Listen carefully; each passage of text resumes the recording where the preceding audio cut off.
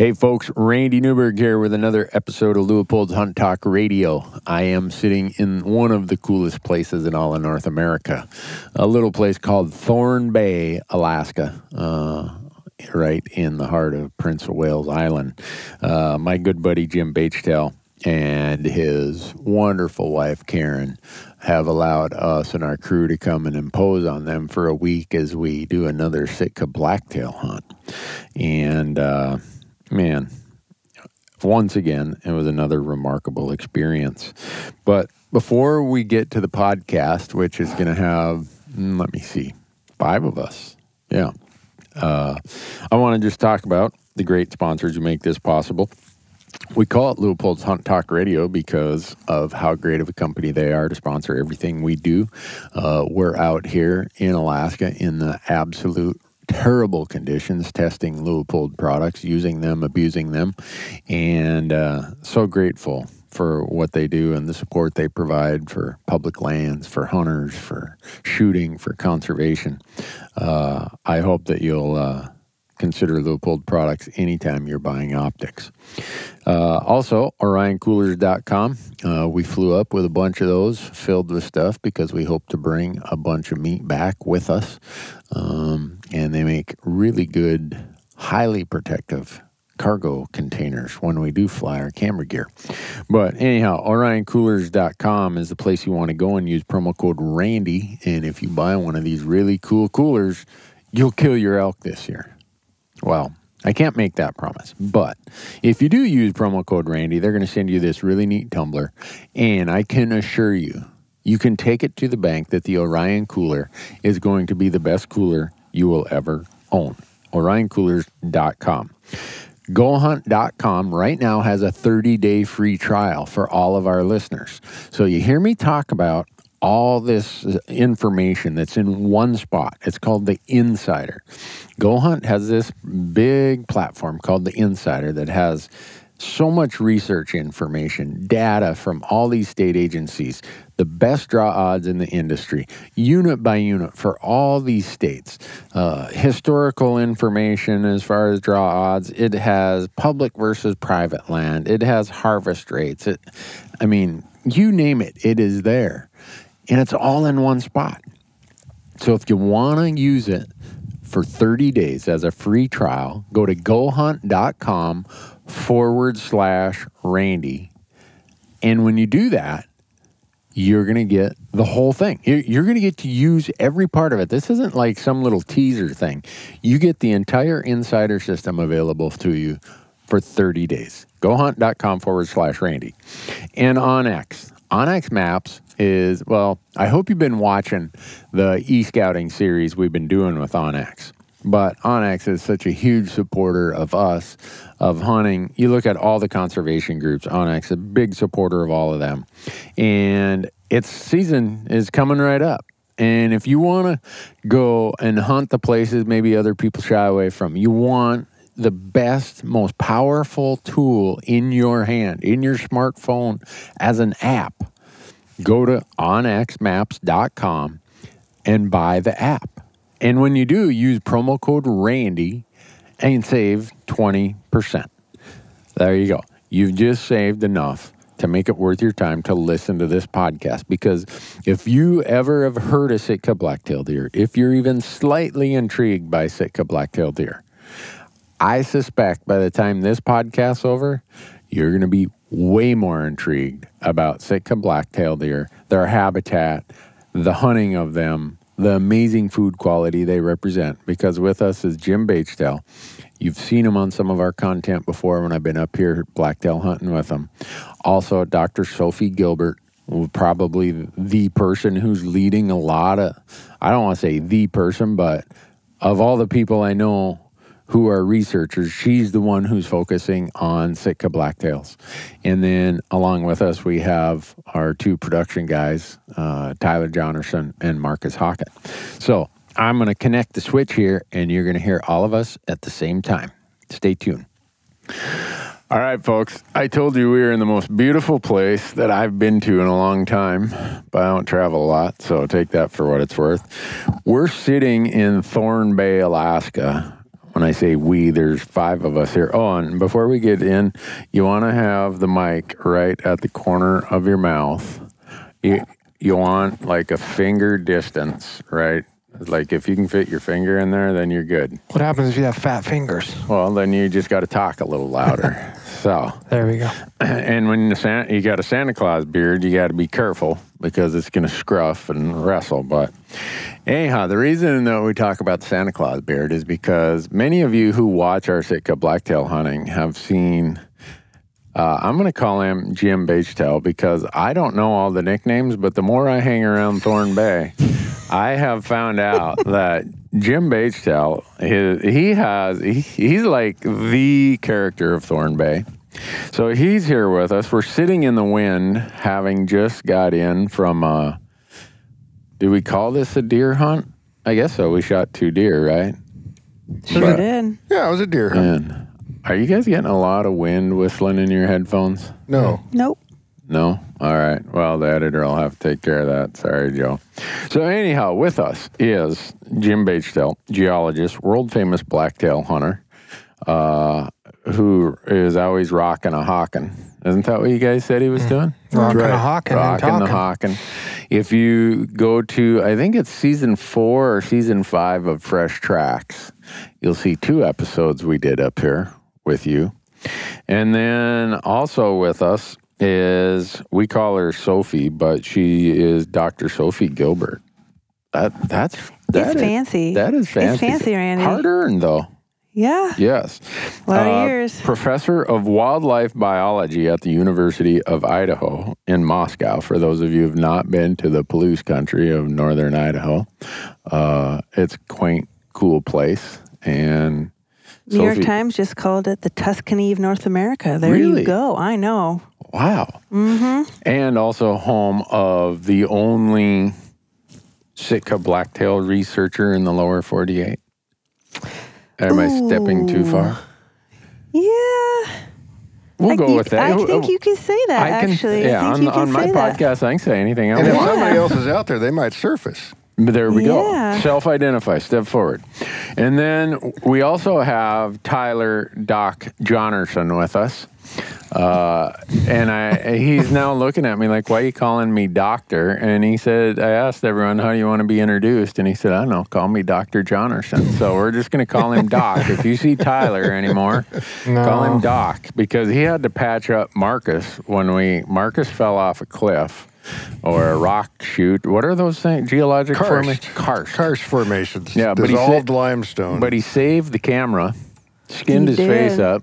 But Doc Johnerson went down the cliff and rescued him. It's like a pitfall in the jungle. That's right. That's what it was. Yeah. Except we're in the temperate rainforest of Alaska. All right. So with us is Marcus Hockett. He said he's a camera guy. I say he's the sound engineer, director of photography, and formerly the best drone pilot I knew. Oh, formerly. Only a moment of indiscretion. Yeah. In a hurry, he forgot to put what's the mechanism, Marcus, that doesn't let it fly into objects? Obstacle avoidance sensors. There we go. Yeah. So the very first shot, the first clip we took of the entire hunt, Marcus had the drone out because obviously Fish and Game law, you can't use them for hunting. So this was July? This is the day before season open. Mm-hmm. And we're getting ready to make the hike to hell or hike to heaven, whichever it turns out to be.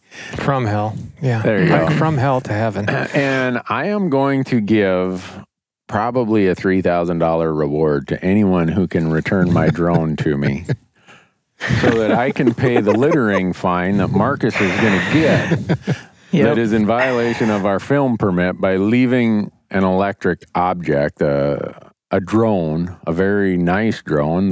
When we bought it last summer, he's like, boy, this is the nicest drone you can get. It's not very nice anymore now that we've recovered it or anything. So we don't know. I mean, it's still out there. It could be perfectly fine. But I did fly it into the side of a mountain, so. Yeah, at Mach something. Yeah, full speed. It was like, it actually told me on the controller I was flying 38 miles an hour when it went out of. Really? Yeah, not a signal. And we were partway up the mountain. Anything worth doing is worth doing well. That's right. all I got to say. If you're going to crash him, by God, crash him. We don't care about the drone. We care about the footage on the The drone. footage would have been very nice to have. Yeah, so Tyler comes up the mountain just like we're like 200 yards into the hike, and it was a shot we'd planned. And Tyler comes up, oh, better come down, got a problem. And Marcus is feeling bad that he ruined this drone that costs I don't know how much money. And Tyler's just concerned, oh man, we lost all that footage. Yeah. I mean, when it's the other Fair guy's enough. drone, why would you care about what it Fair costs, enough. right? I'm just looking at the big picture here. You know, that's just a drone. That footage is like priceless. I think that footage is ruined. $1,200. Marcus Well, you is wouldn't let ruined us go and pride. try to Priceless. retrieve, but fair enough. It might have taken ropes and, you know, maybe some experts, which... Yeah, and we Sitka need has a high-angle rescue team that we could have called in. Yeah, it would have for been the- very expensive. So it was a trade-off. So we started off with such a great, beautiful morning, the unusually sunny morning. We got packed because we got flown out to the beach, and we stayed there the night before, and we unloaded, had a great campfire, everything. And then we wake up and we are ready to go. And the very first thing, we crashed the drone. You said we, but it was me. Okay. I Well, crashed thanks, the Mark. drone. It's I don't not- think it was anyone else's fault. Appreciate you stepping up there. I was gonna suffer in your companionship, but yeah, Marcus crashed the drone. So what was going through my mind at that time as well? At least we got the one bad event out of the way. I mean, if you're gonna have a bad event, have it right away. And so from there, we spent the next 6 hours? Was it 6 hours again? Right at 6 hours, yeah. How much we got to 1,200 feet elevation? 1,400. 1,400? I think we had 1,400. And went everybody. 1.1 miles in 6 hours. 1.1 miles and 1,400 It's still feet. mind-boggling to me that it actually takes that long. I mean, Yeah. I just can't. Unless you do it, you don't get it. Yeah. It's hard to believe it even after doing it. Yeah, I Yeah. know. It is. It's weird.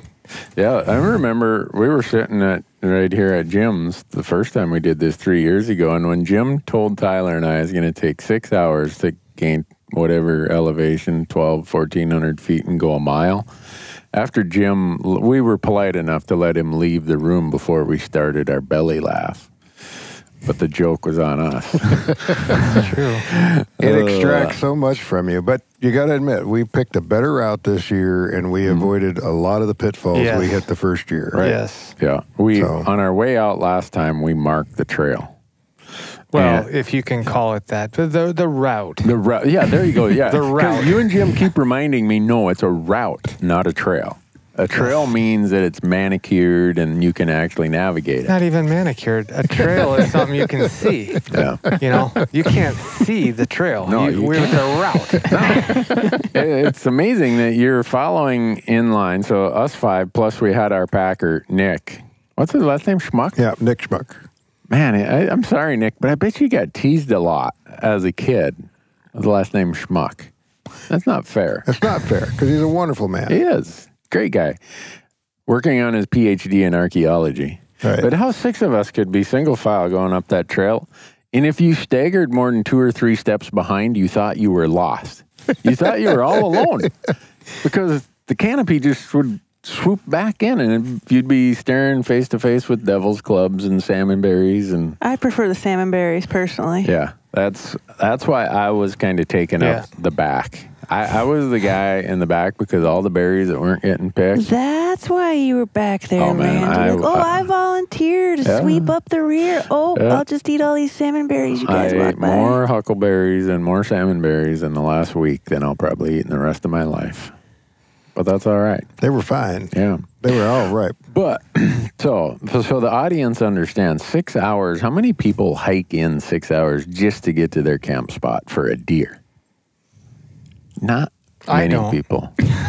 You got to remember, too, that there were multiple years before that I got turned back. I couldn't find a way up there. So Right. that our route and the stuff that we took was the result of several years of being refused access to this place because I couldn't find a way up through the cliffs. Refused by the laws of physics. Yes. But not because Tongass National Forest said you can't go there. No, The no. laws of physics. Gravity. Just said- Gravity kind of stepped in a lot of places Yeah. there. But Well, that sucks when that happens, but I was trying to explain it when you guys were interviewing me today, of how when we left the beach, you feel like you're just stepping into this whole other world within about 3 steps. Everything gets dark. The whole canopy is there. And it's the one time in my life where in such a short matter of time and distance, the world changes so rapidly. And the same when you come out the other end. that's right. It's like, Yeah.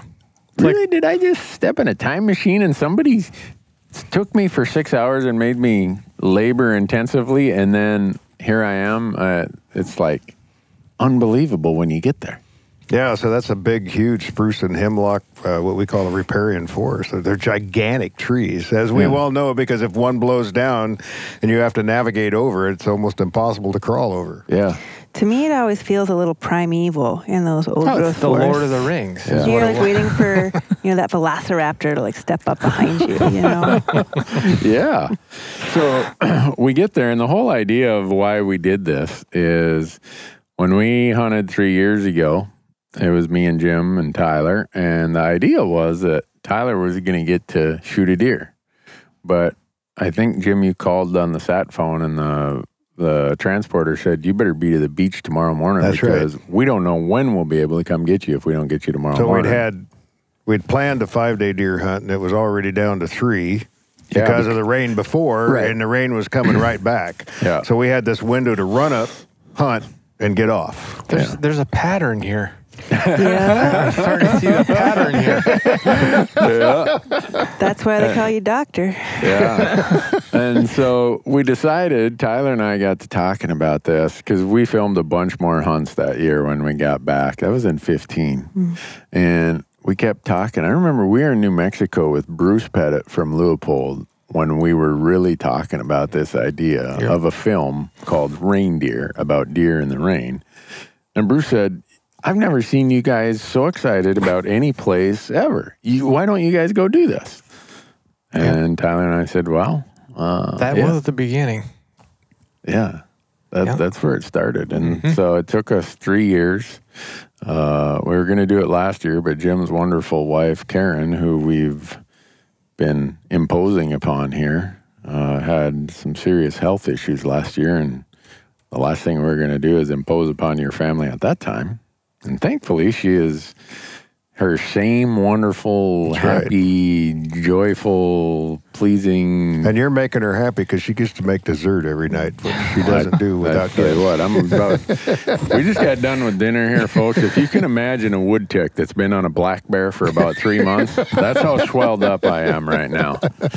I need one of these tilty back chairs they got over here. Yeah, if I sat in that recliner thing Tyler's got, I'd be out. I'd be sleeping. But anyhow, that's what we're up here doing. We're doing a film and a whole bunch of other stuff for our Amazon channel, for YouTube, for everything, all of our platforms about Sitka Blacktails.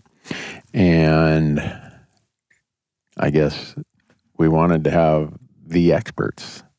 And Jim and Sophie, you guys have known each other for what, 10 years? Just about getting Coming on close. Yeah. Very close.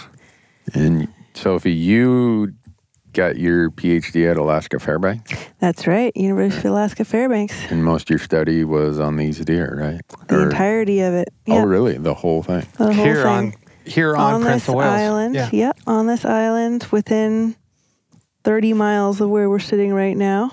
Some of them as close as 5 miles from where we are now, but kind of spread out across the central portion of this island. And I was focusing on females and fawns at lower elevations as opposed to those bucks in the alpine that we were seeing. Right. But down here every summer for about 4 months, and then usually for 2 or 3 weeks in the winter. But then Jim really filling in the gaps for me when I wasn't here in the winter. He was doing my winter monitoring, which was just an incredible gift and really made that study possible. What was the winter monitoring that he is doing? Well, so the point of the study was to understand the relationship between the lower elevation resident non-migratory deer and their habitat and predators. And to do that, we needed to mark individual deer. We did that with a GPS collar for the females and a radio collar for their fawns, and then kind of follow them through their life and see where they went. So we took a relocation every 2 hours with the satellite, how many fawns they had, what their body condition was, nutritionally speaking, and then whether they lived or died. And if they died, what killed them. And so those information, those data, as we nerds would call it, takes a lot of work to get. So the satellite data, once you have a collar on the animal, is pretty simple. But the mortality data, and especially what killed it, takes a lot of footwork. You have to receive the signal. So when the animal doesn't move for a set amount of time that you can determine as the researcher, it will send you a signal, a different radio frequency, or rather pulse speed on that signal. So when you listen to it, instead of hearing a steady, slow beep, for example, you'd start hearing a faster beep, bop, bop, bop, instead of bop, bop. And when you hear that bop, bop, bop, that faster tone, you know you better hustle out there and figure out what killed your animal. And so I needed to be in school in the winter, right? Yeah. In Fairbanks, and for anyone who's been to Alaska, you know Fairbanks is a really long way from where we are right now. Yeah, southeast Alaska to Fairbanks is... Seattle is closer, I'm sure. Oh, yeah, way closer. My current home in Moscow, Idaho is closer. Really? Yeah. Wow. I can get here to this island faster door to door than I ever could from Fairbanks. Isn't that amazing? That's how big the state of Alaska is. It's amazing. So I'd be up there, and there's no way I'm going to be able to monitor those animals and much less get to the site in a reasonable amount of time, because you want to get there fast so that, you know, the scavengers haven't moved in and disrupted the site. It's kind of like a crime scene, like CSI or something. You want to be able to get in there and pick up all the clues you can before the waters get muddied by other animals showing up and accessing that carcass. So we needed boots on the ground, dedicated folks who know their biology and know wildlife sign, who could get out there and investigate those kill sites and really help us get good information on what kills the deer. So that was Jim. So did you guys know each other before all that? I mean, did you know Sophie was coming down to do the deer study? Yeah, one of her advisors and mentors said that she was coming down. I think, did we meet you in 2009, just briefly? It wasn't till spring 2010 when I came down to start catching deer. Yeah.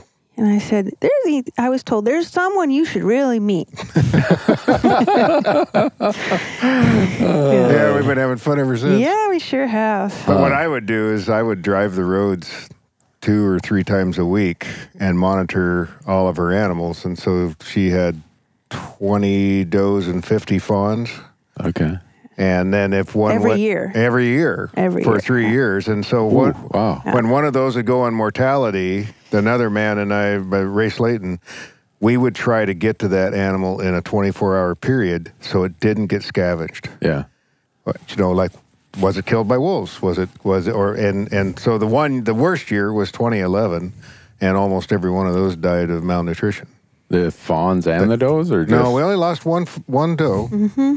I remember she had that hair loss thing. The does are pretty robust because they spend all summer.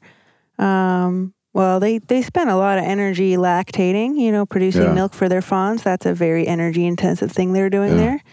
It's almost as much energy as just being pregnant, like growing that fawn, just nursing. So they do that, but, you know, there's so much food in the summer that they also can forage and build up that thick layer of rump fat, that body fat. And that's their money in the bank. That's their bank account. So all summer long, they're paying in, depositing money in the bank. And in the winter, they have a sweet bank account. And then they can run that down over the course of the winter and hopefully not get their balance to zero. Yeah. But if you're a fawn, you have basically almost no dollars in the bank. So you're just trying to get by and eat enough through the winter that you're on that knife edge the whole winter, just trying to eat and eat and eat. Slow starvation. So these fawns, when they're nursing, they're not putting on fat. They're just growing. They're growth. It's all channeled to growth. So if you were to kill a fawn in September, don't do it. It's not legal. But let's say a fawn got road killed or something, you cut it open, you would not see that white fat layer on that fawn. Okay. The same way you do on an adult. They'd be a much leaner animal. So that winter, Jim, all but one fawn died. No. We had 3 survive. I think, out of the... It was a few more than that. So we had an 85% That's right. mortality rate for that year. One year. So 15% of the fawns that were born that spring made it to the next spring because of the bad snow. So that would have been 6. We had 6 survive, I think is what it was, Whereas out in of the a 50. good year, you have 55 to 60% of those fawns making it through So, a full year. a full year. so you know where we drive and go to Craig, Yeah. May 1st at that road intersection where that little coffee shop is, there was 5 feet of snow, May my 1st. Wow. Yeah. And so that made it really hard for these animals to get around. So you did this for 3 years in a row. 3 years in a row, and then the next 2 years I spent working with that data, analyzing it statistically, and writing up the results. Okay. And that's what a PhD is. Yeah. Yeah. Wow. Did you do any studies on bucks or any? Not for that. No, this was focused on does and fawns, and which is a little counterintuitive, I guess, right off the bat, especially coming from a hunting perspective. Most of us in hunting season want to know about bucks, but that's where bucks come from. Exactly. So in a lot of ungulates, the mating system, as you all know, is, one buck or one bull or whatever can take care of a lot of does, cows, whatever. Yeah. So we don't need quite as many bucks out there. So really understanding those, female and fawn survival and reproductive rates, that's how you build a population model, right? Yeah. If you want to project forward how many deer there's going to be in the future, that kind of thing. Yeah. So that's why we did that. Can you make any qualitative analysis of habitat based on those mortalities? Or is it so weather dependent that you need multiple years of data to... Yeah, so you absolutely can. The weather interacts with the habitat quality to produce mortality. So if you have really high quality habitat and a terrible weather event, you're going to have a lot more animals make it through than if you have low quality habitat combined with a terrible weather event. So we can analyze, in a bad winter, are animals living in good habitat surviving at a higher rate than a bad habitat. Got it. Yeah. I can remember so I was also involved in an earlier study in the early 2000s that was done out here where we had 100 or 125 animals on radio collar, but they weren't GPS collars. But we had some up high, and we got a super late March snow, and it trapped those. So they were in little teeny pockets of habitat up right where it breaks over out of the valleys and kind of the subalpine stuff. And they virtually ate themselves. They'd already diminished that habitat through the winter, but then they ate what they had. They died right in those little pockets. I think we had 4 of them do that up in those higher things where they got trapped, and they'd eaten everything, and they just laid down and died. I think we should give the listener like a kind of an inside look to, this is a temperate rainforest. So how thick it is to go recover these collars and the research that these guys are doing. I mean, until you've really been here and walked this landscape, it's hard to even imagine the difficulties, and Sophie's enlightened us here in the last few days of they're so misunderstood, and so what'd you say, there's 20 papers written on them versus 500 or so papers on mule deer, and at least, yeah. And I guess I want to make that point because I've hunted all animals for all over North America for years and years. And when you get here and you hear Jim say it's going to take 6 hours to go a mile, and it's laughable until you do it. And so the landscape itself is so unique, and then the deer that live in it. I just kind of wanted to put that visual in people's minds because they can't see this right now. They're just listening. And so it just makes it a lot more compelling. I've been there and done it a handful of times now throughout the shoots and the hunts.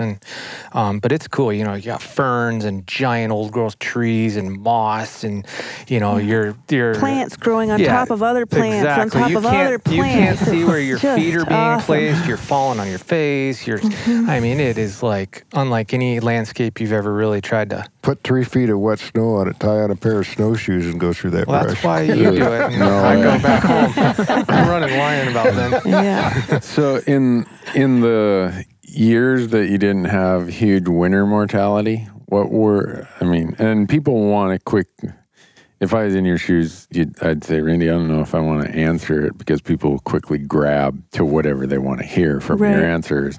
But are there other things that came to you of, wow, this is a serious issue that these deer face based on the mortality that you discovered? Causes?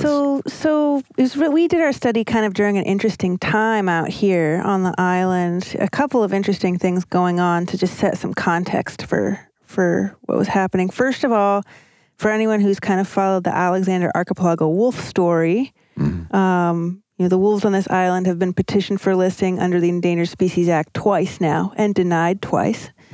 But that's in part because of habitat changes out here, and also in part because of some very heavy episodes of harvest. And they're an island population, so of course they're vulnerable to some things that a mainland population wouldn't be. So we conducted our study kind of coincidentally at a period of very low wolf numbers. Okay. The lowest ebb that's ever been recorded here. So we had only 2 juvenile deer in our study over winter killed by wolves, and none of our adult females got killed by wolves. Right. And part of that is we're studying deer on the close to the road system. Right. So who knows? I can't speak to deer outside of our study area. Okay. Just another fun science caution caveat. But so we didn't have a lot of wolf kill in our study, but across Southeast Alaska, wolves absolutely are a source of mortality for these deer. Yeah. What we found in our study was actually a number of our does getting harvested during doe season. That was the number one cause of death for adult female deer here. Was doe harvest. There was a doe. After the 15th of October, rural residents can take one doe with one of their 5 tags. Okay. But overall, we had one adult female get killed by a black bear in her bed, which I had never really heard about before happening. We don't tend to think of black bears as predaceous on adult deer too often, but we had one of those. But overall, we had really high adult female survival rates, which is good for a robust deer population. Right. So above 90% annual survival. Oh, wow. So if you can get them there, they're pretty bulletproof when they're in those middle years. Okay. Yeah, they can really make it through a lot. And that's the same for a lot of populations of, like cow elk and that kind of thing too. Those prime age females are really prime age female moose. They're all very robust to the environment, to fluctuations in the environment. That's kind of your best survival years. Okay. Hey, Sophie, touch on the black bear fawn issue.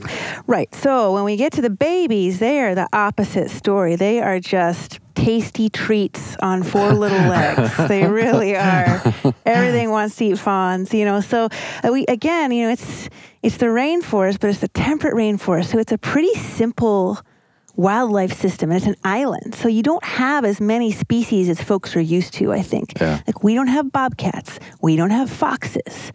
We don't have grizzly bears. We don't have coyotes. Okay. Right? So you got to cross all those off your list of potential mortality sources for fawns. What we do have is a large, robust, and apparently pretty hungry black bear population, because they ate about 40% plus of our fawns, and they would eat them over the course of the summer. Really? Yeah. So from birth till about August 1st was that 40% cutoff. Plus, there's some variation in there, but we didn't have a summer where it went below 35%. So, wow. Yeah. So they're definitely out there eating a lot of fawns. One of the cool things is we were catching fawns at birth, and we'd sometimes show up to a birth site and there wouldn't be any fawns. There'd be 2 little blood spots. And then they often, I don't know why, maybe it's the toughest part of the body, but they won't eat the little jawbone. They'll leave a jawbone. Yeah. So we'd see 2 or 3 little jawbones and some little blood spots, kind of a distressed female wandering around. And then bears are great this way. They also always leave their calling card just enormous piles of bear poop. Okay. So that's a pretty clear story of what happened? Death at birth, basically. And we would never have known that if we hadn't gone to the birth site. So. Right. So is it normal that they have singles, twins, triplets? No triplets to my knowledge. And that includes, some studies where they've done really intensive high nutrition feeding in captivity. Okay. but twins for a healthy prime age female is common. A singleton, especially for a first-time mom, is also pretty common. Yeah. So just one. In the first study that I was involved in, we got the first family groups where we had the fawns and the adults all on radio collar. Yeah. And we learned that the doe, you can correct me, Sophie, if I'm wrong, but the doe will separate the fawns if they have twins and keep them in different spots, and she'll feed in between and go and nurse them. So if a bear attacks the fawns during that first 2 weeks, especially of their life, she loses one instead of losing both. Don't put your eggs in one basket. That's right. Smart. And we didn't know they were doing that. Wow. No, that's one. And so they would use like a Forest Service road, a ridge, a river, some kind of a physical barrier, and keep the fawns separated. And for about 2 weeks, the first 2 weeks. And they'll also just go to some pretty awesome lengths to just separate themselves, just to move themselves away from predators before giving birth. Really? So we accidentally collared a few females who turned out to be alpine migratory, and they would book it up to the alpine 24 hours before giving birth and drop their fawn up there. So making a move really late in pregnancy. And just imagine, full term, heavy, trudging up through that crazy forest we were just talking about to the alpine. We think to avoid bear predation. But we don't really know much about that alpine chunk of the population. But I also had females just jump from one muskeg complex, 8 or 9 miles over to another muskeg complex that's not alpine. And again, is she trying to ditch a predator? I don't know, because we don't know what the predators are doing. But, why make that big move? Yeah. We had one doe swim out into the middle of the Thorn River and give birth on an island. That was a fun one. Got to row the canoe over there. Yeah. And then I'd go watch her, and she'd commute. She'd swim over there, nurse her fawn, swim back to shore, do her thing, back and forth. Wow. Yeah, that's a good mom. Yeah. Yeah. Holy smokes. Yeah. Well, having climbed up to that alpine twice through that mess we go through, I don't know how it feels to be pregnant, but I can't even imagine that. It's probably kind of like carrying a deer out in your pack. Probably. Yeah, there you go. Holy cow. That's unbelievable that they go through those lengths just to avoid predation. So when you say that, I was always of the impression that all Sitka Blacktail deer went to the alpine at some time during the year because that's where the prime habitat was. And then they came low as the weather pushed them low. But you're saying there's the resident lowland, I'll call it that. You got a better term, I'm sure, population, but then there's the migratory population. Yeah. No, you nailed it. Resident and migratory, that's exactly what I would call them, Randy. Yep. And we don't know what proportions of the population pursue those two kind of life strategies. Does that vary island to island? If so, why? Is it just how much alpine there is available? Or does it have to do with the predator composition or the quality of the alpine versus the lowland? We don't know any of that. Was it passed on from that's where the fawn was born? Is it a mother trait that brings that on? That's what we think, but we don't know the answer to that. And, migration in elk and mule deer, there's pronghorn, right? There's tons of pretty famous and very in-depth studies on this stuff that people can go look up if they're interested. The Wyoming Mule Deer Migration Initiative is awesome, cool web interaction. You can track the deer, watch them. They call it surfing, green wave surfing, because, that kind of greens up the hill in a wave of greenness. And so they call it surfing when the deer are out on the edge of that wave, following peak greenness. Yeah. Tons of cool studies done on migration and other ungulates in North America, but these are just totally mysterious. Is there any population that's known to say, you know what, I'm smarter than the rest of you. I'm going to hang out up here in the alpine and tough it out this winter. They don't migrate, but they're still alpine deer. Well, would you want to be in that alpine with 3 feet of snow? No, I wouldn't. That's why I was wondering about that. But we learned something this year. Yeah, when we were walking in. The rubs. So we had all those gigantic rubs. So those weren't get the velvet off rubs because we watched them get the velvet off on the brush. Those are the chasing phase rubs at the end of October. Yeah. And so at least at the end of October, they were still right at the edge of those alpine meadows. But that was awesome, thick old growth we were in. I mean, we were talking about that abrupt transition, right? You emerge from this primordial thick forest into this amazing alpine salad bowl. So they're not in the salad bowl in the winter. They're back in that thick forest. They could make a living or at least starve slowly enough in that thick forest to make it through the winter. We don't know. No one knows because we haven't spent a winter out there because of the maritime influence out there. The winter might be less severe. Yeah.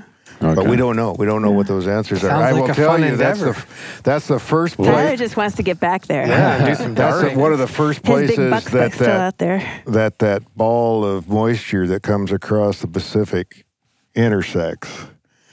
And so I would bet you that there are places up there that get over 200 inches of rain a year, precipitation. I don't know what that and how much of that falls into snow. Exactly, that's the key. Because they're really good at just dealing with rain, but these are, short-legged little forest deer. It's not like a moose that can walk through 5 feet of snow, no big deal. Yeah, right? let me tell you about it, following their trails. Give me a break. I wish I was 3 feet tall. Yeah. We'd have to cut you off at the waist to achieve that dream. Or you're just number 4, 5, or 6 in line. There you go. Yeah. One or the other. You take my approach. Yeah. So there was a drawback to that, though, because we had totally destroyed any integrity of the soil in the trail by the time you came by. I know. On the way down after 4 days of Hurricane Katrina, we came down and the ground is so saturated. We didn't hardly leave a trace on the way up because it was so dry. You said, Jim, you've been in a drought or at least a really dry cycle up here. A really dry cycle. Well, we cured that for you. And on the way down, I was the 6th guy in the mule train. And it was just like skiing down grease, man. It was like I'm just grabbing a hold of blueberry bushes as I'm going past everybody with about an 80, 90-pound pack. Like, get out of the way. I don't know. I saw it grabbing a hold of blueberries and still sometimes tripping over some berries as you went by. I was impressive. I was doing my best bear reenactment. Again, though, think of anywhere else that we've spent time in the mountains and it rained that much. And I mean, we're talking... Oof, you can't even imagine how much rain came down. And you know what? The ground just sucks it up. Mm-hmm. And if we're down in Montana or, in any of the mountain ranges, we've hunt deer and elk in, and you wouldn't even be able to get out of the way of the flash flooding. And I mean, it was crazy. And so it's just, once again, a testament to the landscape here and how different and unique it is. And I think that's one of the things that makes coming here and pursuing these deer so kind of intriguing and draws you back. And because I keep saying it, it's like I've gotten to hunt tons of sheep and mountain goats and really rugged mountain hunting, and it's a blessing in that regard. But then you come and you hunt these little pygmy deer that they're out of the radar. It's like, but they're an awesome critter living in a place that's just so unique and so cool. And I don't know how the ground can suck it up, but it did. Well, so circling back to causes of fawn mortality, how many eagles have y'all seen since you got here? What?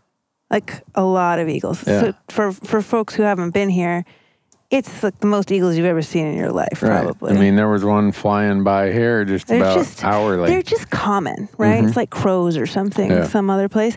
So we actually had a couple of fawns get killed by bald eagles, who are not supposed to be particularly predaceous animals, right? We think of them as fish and scavenging and whatever, that kind of thing. But we actually found fawns that had died. You'd come down and find a fawn intact, dead. And so we would skin them up, and look at them, and they would be dead of internal hemorrhaging puncture wounds. Those big talons. Wow. Just squeezed. You'd see 5. We skinned one, and I've got it tanned downstairs as an educational thing, and it has the talon marks on both sides. Holy smokes. Yeah, you'd see these just dagger Amazing they could get down through the canopy. They had to be in one of those openings. It was always along. We'd find them along roads and trails. And the fawn would have kind of dragged itself into the grass and died. And I actually looked up how much. I was so curious. Why are they not carrying these things away? Why would you come down and kill this thing if you can't eat it? What is it? What's happening? And I looked up. There's actually a paper on this. How much they've calculated how much can different eagle species lift. Really? Mm-hmm.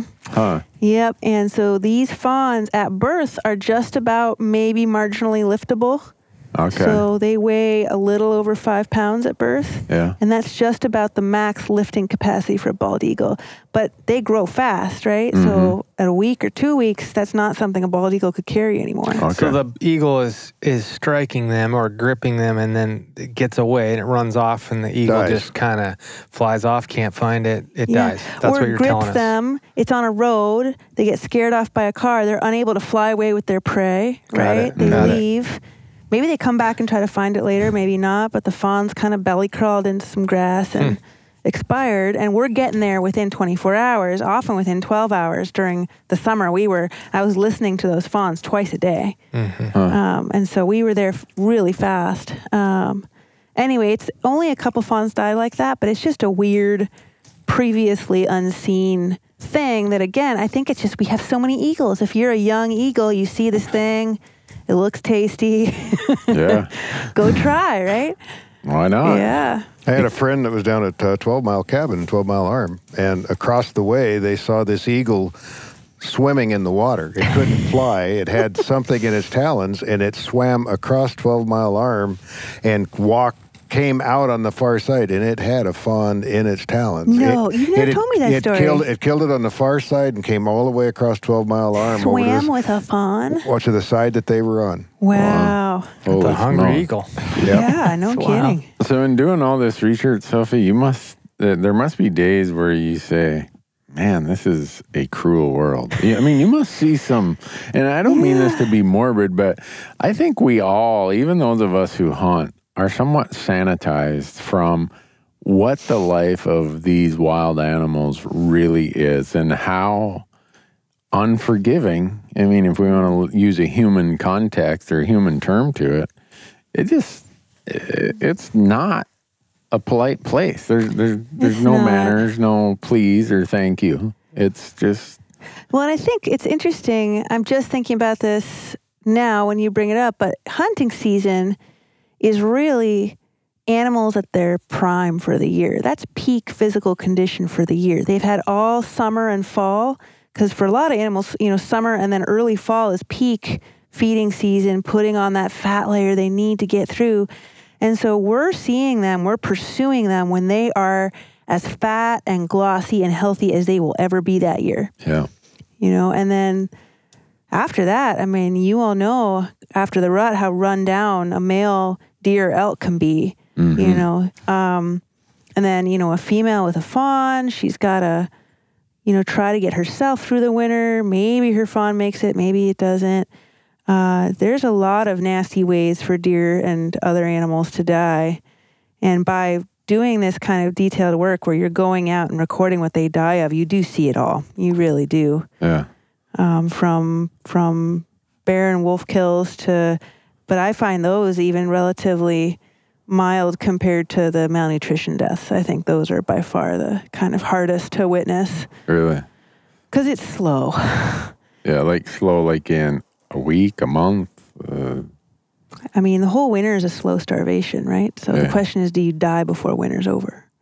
So 2006, we had a year that Todd had all of his stuff out here. Todd Brinkman was also working on trying to figure out the population density, and we had a big winter 2006, 2007. That spring, when we were working in the forest out here on timber sale layout and stuff, we would find animals still alive, laying there in the forest, just in the last few moments probably, or hours of their life. And they're surrounded by green. Spring had came, but they couldn't get up to take care of it. They were so far down. Wow, that weak that even... You could walk right up to them. Yeah. And a really good, cool metric for people to think about is if you find a carcass in the woods and it still has some long bones intact, so the big, long limb bones, and you want to know, where was it on the nutritional scale? Did it die of malnutrition? Break one of those long bones open and look inside and look at what the bone marrow looks like if there's still marrow left. Healthy marrow is white and waxy. You touch it, it feels fatty, like tallowy. As they starve, as they work through their body stores, they first burn the subcutaneous fat, so that rump fat, that back fat. Yeah. Then they go to the fat around the organs and the viscera. So kidney fat, that kind of thing, the fat that they store internally. Finally, when they are really getting there and they're getting close to starving, they start to burn their bone marrow fat, that white waxy stuff. And it's really hard for them to come back once they start doing that. And they'll burn through that fat to the point where all that's left is the red jello. That's because we produce red blood cells in there, right? So you'll just be, basically you can pour the marrow out. It just looks like red jello. And so if you crack open a marrow, a bone that should have marrow in it, instead you get red jello out, you can be really sure that that animal died of malnutrition. So all of those fawns that we would go track, that's what I would do, is I'd open up the back leg, and every one of them had the red jello in it. So let's talk a little hunting here. All right, let's do it. Because, Jim, you've been a hunter since Napoleon was a cadet back at the academy. Not quite that long, but getting close. And Sophie told us while we were out hunting that she's relatively new to crossing the Great Divide or whatever, the small divide you call it, the narrow divide between hunting and non-hunting. How many years? 5 or 6 years or something like that? Is Jim 12? 6 years. 6 years. 6 years, yep. Is Jim to be the person whose responsibility it is for bringing you to this point? Yeah, he reached a hand across that gap. We've become good friends through working together on this deer project. And my deer project, like almost all of the big wildlife projects in the U.S., is funded by $100. Pittman-Robertson monies that come from, as you know so well, that tax that it gets paid by the manufacturer on ammunition, ammo, guns, all that. Bows and arrows for the bow hunters out there, all that stuff. There's an equivalent for fishing, Dingle Johnson, that funds a ton of awesome fisheries research in this country. And those monies, that's what grad projects are made of. That's what a lot of conservation and management-oriented wildlife projects are made out of. And so I knew that. And so I was already kind of intrigued by, who are these people supporting my work, basically. Cool. It makes me smile that somebody realized that and said, I want to learn more about this. I want in on that. Yeah. Well, my PhD work, just to be real about how much this stuff costs, my PhD work cost $500,000. Wow. That's how much a project like that costs. 5-year project with 65 females, 155 fawns, that level of technology on these deer. And our project was even cheaper than some because we didn't helicopter capture them. We ground darted them, catch and release hunting, basically. No wonder Jim was in. Yeah. He's like, I'll help you. Yeah, you betcha. So Jim was in like Flynn. Yeah. So I was intrigued by who are these hunters who are funding my work and work like that. And then I met Jim, and I'll be honest, the first time I met Jim, I walked into his house to have dinner with him and Karen, and this was before the heads had all been banished downstairs. Yeah. This was their old house. Okay. So his walls were just bristling with taxidermy. Bristling. His house just looked like an inside-out pincushion. It was just like horns everywhere. Heads hanging like festoons of grapes. Don't get too close to the walls. You'll prick yourself. It was dangerous in that house. It was a much smaller house. Yeah. So I was just like, oh my goodness, he's a hunter. I found a hunter. If I want to get to know one, here he is. And then, of course, he's just been so welcoming. And so what was it, Jim, 2012? 2012, we went on our first little walk. Yeah. Which was me basically just being intrigued by the hunting process. So I still hadn't hunted anything, but I said, Jim, can I just come along? Can I just see what this is about, how this is done? I'd been darting deer for 3 years, so pulled the trigger on a bunch of deer, putting a dart in their butts, but hadn't killed or eaten anything and was intrigued. And so Jim let me come along, and it was one of the most exciting and frustrating walks of my life. As Jim can tell you. I shot $3 that morning. Yeah. Which, before the audience calls the tip hotline. Jim, as a resident of Alaska, how many deer are you allowed a year? Well, I'm allowed 5 deer. Okay. So, but I also, under subsistence regulations, hunt for other people in the community. Who need it. Who need it. Yeah. Right. And so some of those deer went to some of those people as well. So all of you can put your phones down. Yeah. You don't need to say, hey, I've seen this big bearded guy on Randy's show. Someone needs to go check him out. Yeah. So that morning, The sting is on. Yeah, you shoot. He blew through 3 of his 25 tags that morning, and I was just beside myself. Well, besides that, really? we probably saw another $35 or something. Yeah. It was a crazy morning. I think the one that really turned the corner for me, where I was like, I am never doing this without a gun of my own again. Oh, really? Was I was behind Jim, of course, and Jim, when he's in predator mode, he's just eyes forward, glare. He's got the predator glare. He just cannot be stopped, and he's not paying attention to me. He just better keep up, right? So, and I look up, and next to us is this really nice 3-point buck looking down from a bank, and he's 10 feet away from us. And Jim, he's just out of arm's reach, and I don't have a gun. And this deer's just, oh, hello, are you my friend? How these deer are. He's just looking, not moving. And so I lunge forward and grab Jim's coat, and I turn back, and you can describe my face, but I was gesticulating big buck right there. And totally wide-eyed and crazy. Sophie's whispering, she's got her fingers forked out above her head. Yeah. So we needed to film this I had part. just a crazed look on my face. The deer is mesmerized by the beard. Well, lichen is one of their favorite foods when it blows down out of the tree. So, Jim, you should use that as a decoy. You just What do you think I've been doing all these years? Oh, the secret comes out. Dang. Now we know. So that was I vowed to myself, I'm going to learn what this is all about, and I'm never going on a deer walk with Jim without a firearm ever again. But I learned she could pack because we both brought a deer and a half down off that mountain that We day. did, yeah. But we weren't camping, right? So we just... It was a day walk in. Yeah. Wow. So we did. We got her a firearm, got her set up, and I had an extra little 308. Mm-hmm. And that little 308's become her... It's an awesome gun. Yeah. But before we did that, she borrowed my dad's .6, and we went up to the Alpine in the middle of September. And for my first hunt, got her first deer, and then I shot 2 more. Kind of had that. Can't get enough. Isn't it funny how this story always goes? And then I shot 2 more. Yeah. Before we go any further, I would like Marcus and Tyler to interject, because I am sure when Sophie said, you know how Jim is when he gets in predator mode, because these guys have had to follow Jim with a camera.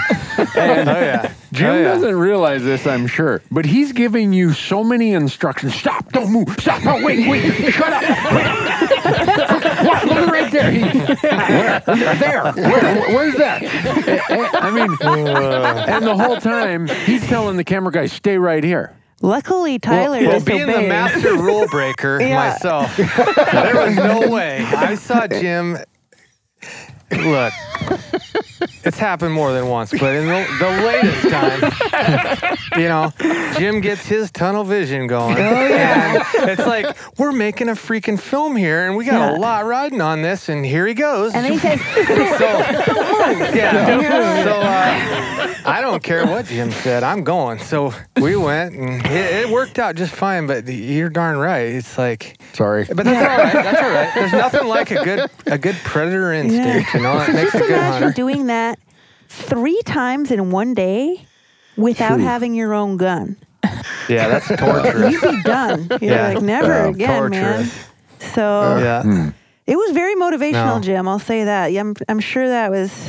But Marcus and I, being the professionals that we are, we pieced it together just nice. Sure it's going to be a beautiful thing. You know, we'll let Jim frolic around and do his thing. And, you know, we got it all captured. It's a great deal. Do you imagine me frolicking often? Or? Well, you were trying to be light on your feet. Hey, he's looking at us. He's going downhill. Okay. So we're going to... Tyler, were you running to keep up with him then? No, I was frolicking too. We're going to skip ahead of Sophie shooting her deer here, since we're on the topic. So Sophie shoots this deer in the same bed that Jim shot his buck 3 years ago. Literally within 5 feet. Yeah. Our sample size of 2 says that if you shoot a deer from that bed, they land in the same bottom at the same rock. At both times. So far, it's just deer physics, right? It is. So I know we're only dealing with a sample size of 2, but both deer shot out of that bed landed in the same exact rock pile. Which is about 150-yard trajectory down the canyon. Yeah. But while we were there, as we're sneaking back, or not sneaking, but kind of working our way off this sheer face, just Jim's wheels steep. were turning the entire time. All he's saying is, did you see that big 3-point that bedded over the knoll? how many times did he say that on our way down there? And in my mind, I'm thinking, well, we gotta capture Sophie's excitement. We gotta capture you guys together talking about how, you guys are such a great team together and da-da-da, and we gotta take care of Sophie's deer and da-da-da. And Jim didn't even get his knife out. I thought usually I think the words were, I'm going to go up around this corner and kind of keep tabs on this buck. That's what it was, Tyler. You're right. I'm going to keep an eye on him. Keep an eye on him. And I can sense his frustration that you read about. I'm like, well, Jim, we're making a film here, and it's like, this isn't like we can do take 1, take 2. This is like a one and gun, one time and done, then we have to move. And so I'm feeling for Jim because I'm a hunter at heart too. So I'm like, I know what he's going through. But I'm trying to be like the filmmaker and be like, no, we got to film this. We need to. So it was a tough position, but you know what? It worked out. We made it work out. The funny part was, Tyler and Marcus and Nick, all of us are there except you say, what do you say? I got to go keep an eye on it. I'm going to keep tabs on this Tyler he sees you as quick as you go around the corner. He says, I think I better go with Jim. Yeah. So, Tyler is gone. Tyler comes running back and says, I think Jim's going to kill this buck. Marcus, we got to go. So now it's me and Sophie and Nick. Just butchering this deer. Yeah, butchering Sophie's deer. And as Marcus is leaving, he hands Nick this third or fourth camera we have. Like, hey, Nick, can you film some of this stuff while they're butchering this deer? And the crash course in filmmaking. Okay, in 60 seconds, you hit this button. I got it on auto. Don't face the sun. All right, we'll be back. And in my mind, I'm thinking, I know how this story ends. It ends with a big boom. Exactly. Yeah. Yeah, I wasn't even surprised when I heard the boom. I'm like, well, now I go. Guess he kept an eye on it. Yeah. We could barely slow you down long enough. We got maybe 3 pictures of you and Sophie together at her deer. But they were good pictures. Yeah. I don't know. Does anybody know? You were very patient, Jim. I was trying. Yeah. But no, that was I couldn't believe actually that buck, through all of our talking at the top, all of us coming down that canyon and all of that stuff, he stayed in that bed. I just when I crawled up there and I'd look back at him and I said, my God, he's still in that bed. Well, the deer fell in the bottom of a canyon. Right. And it's like we're in one side of the canyon and the deer is bedded on the other side. I mean, he couldn't hear us. But go ahead. Oh, I was just going to say, and then we kind of had the same thing happen again, but Tyler's a much more patient man than Jim. Stuck around for a long time before he picked up his bow and went up that hill. Yeah. I was very impressed with that. Yeah. Fair enough, and thank you. But I got a lot more riding on this than just going and letting an arrow fly out of my bow. I mean, I'm like feeling the pressure, you know, like I want to make an excellent film and I want to tell the Sitka Blacktail story and you guys as characters and interaction. I mean, it's exciting from a filmmaking standpoint, but was your right. inner predator just like pulling on his leash? Oh, my inner really predator hard? was trying to blow out of my skin. Yeah. But it was like, it's, I don't know. I think everything worked out just the way it needed to. Yeah. And Seeing the footage, funny, but it worked out great. Yeah, it did. Mm-hmm. I didn't get to see the chaos of Jim's deer shot, but I've seen both your camera angles. And I've been doing this for this is our 11th season of doing it. And I know when it happens that way and the angle is that wide, it was a cluster. It was a rodeo or whatever term you want to put to it. Is it fair to at least say that? It's fair. And it's also, I was kind of handcuffed in that I had a wide angle lens on fixed. Yeah. So okay. it kind of, that was just what it had to be. And Marcus, bless his heart, he's just listening to Jim to try to says, wait here, don't move. And I was like, okay, I'm not going to get anything. I'm the disobedient. He runs forward and Tyler follows him. And I'm the like, disobedient black sheep child that I am, I just couldn't help myself and went with him. But then I did end up running ahead, and I settled the camera as the trigger was being pulled. I think it's a cool angle. It's a cool You can scene. see Yeah. like how tight Tyler is behind Jim and just what goes into getting a shot like that. Like we I really had it all appreciate planned. This is all seeing art the stuff. filmmaking happen. It was very, this was No, planned the pressure of beforehand. every hunt is on these two guys. Tyler and Marcus have the hardest job of everything we do. There's no doubt. Because it's not like if Jim were to have shot that deer where we can say, well, let's prop him up and take 2. You know, oh, that didn't work. Take 3. Oh. Pretty soon we're on take 20. The deer's bloated, and now he's in the upright position because he's bloated so bad. Yeah. So, Well, we did talk about it beforehand, you know, how we don't necessarily need to glorify the kill shot. Right. Like, it's a very insignificant part of the overall scheme point. of the hunt, It really and the is. adventure, and the story of the Sitka Blacktail. I mean, the emotion's So- still there. Yeah. The excitement, the follow up. I mean, Jim turns to me. He's like, I don't know. I don't see him running. I go, Jim, you dusted him. And I'm like,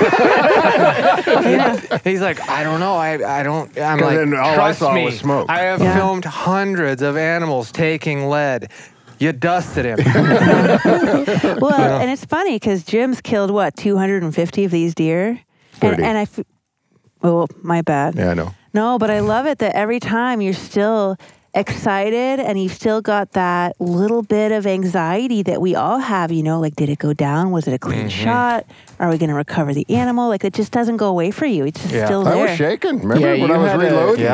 Yeah. And I mean, this is a good point to make on the broad stroke of the brush. If you as a hunter make a statement like, yeah, I just don't get that excited anymore, quit hunting. Yeah. Fold You it know, up. Jim hunting is still about like a being kid excited. in a Hunting is candy about shop. containing yourself. Hunting is about sharing the emotion. Hunting is about jumping out of your skin and just can't contain yourself. That's what the moment the moment of truth is all about, you know. And so for guys like Marcus and I who we capture hunting for a living, that's where our thrill really is for our job, is to capture that in a way and convey that to an audience and let them like be in their shoes, you know. And like Marcus said, we don't have to glorify like the impact of the shots. Like if we can just get the scene and the setup, and with Jim shooting a Hockett or a muzzleloader, for those of you that don't know what a Hockett is, just the big white I mean, that's like the old West, you know. It's like, well, there's the speck of a deer. But I love that slow-mo that you did a little later of him, where you can see how that gun kicks. Just the power being produced by that thing. Back to the artsy-fartsy part. Oh, it's very artsy. So we've jumped right into the middle of the hunt with talking about Jim's natty bumpo kind of excitement level. But before we got there, we almost lost Marcus. So we get to camp. We set up. The weather is unbelievable the evening we get there, and we are doing a deer inventory, and I think we just quit counting. We did. Well, in the one basin on the way up, opening morning, there was 16. I counted 16 bucks, and the vast majority of them were mature bucks. I mean, That's right. not normal, right? I mean, Not I don't normal. hunt Sitka Blacktail a lot, but I can tell you, looking at Jim and his enthusiasm, and Sophie and the look on her face, and this is like, it's crazy, you know? So I'm like, yeah, get ready to film crazy. So was this, had you been in that kind of habitat before, Sophie, where you've seen that density of mature animals? Absolutely not. Yeah, so I'd been in some pretty alpine spots. There's a lot of beautiful spots here in the alpine, but nothing approaching that quality. And also nothing, it's a incredible patch of habitat, both the alpine and the next door timber for the winter. Yeah. But then they're also just hard to access. Yeah. They're not receiving a lot of pressure. Right. So the age class has a chance to develop. So those two things in combination are what produces 16 bucks lined up in a basin like we saw. And I don't even know how many tens of bucks across that face that we were looking at. It was a portion of the basin. Yeah, there was that 16. one little face, right? Yeah, Carnage Canyon, we were calling it. Yeah. So when we got there, Speaking of that. after getting to camp, I was worried. I'm like, what if last time was just this anomaly? What if we get there, we labor, struggle, exert ourselves, tear clothes apart, and ruin equipment, and we get there and they're not there? I was really concerned because of the previous weeks of sunshine. Yeah, the heat. Yeah. Because you can burn that forage in those alpine settings, and when it's too hot, they need to move into the shade to regulate their body temperature. Okay. So I was really concerned. Yeah. Well, I didn't say that I was concerned. By No, the way. I'm glad you didn't, because it would have confirmed my worries. But we have a lens called the Bazooka Lens. What is it, Marcus?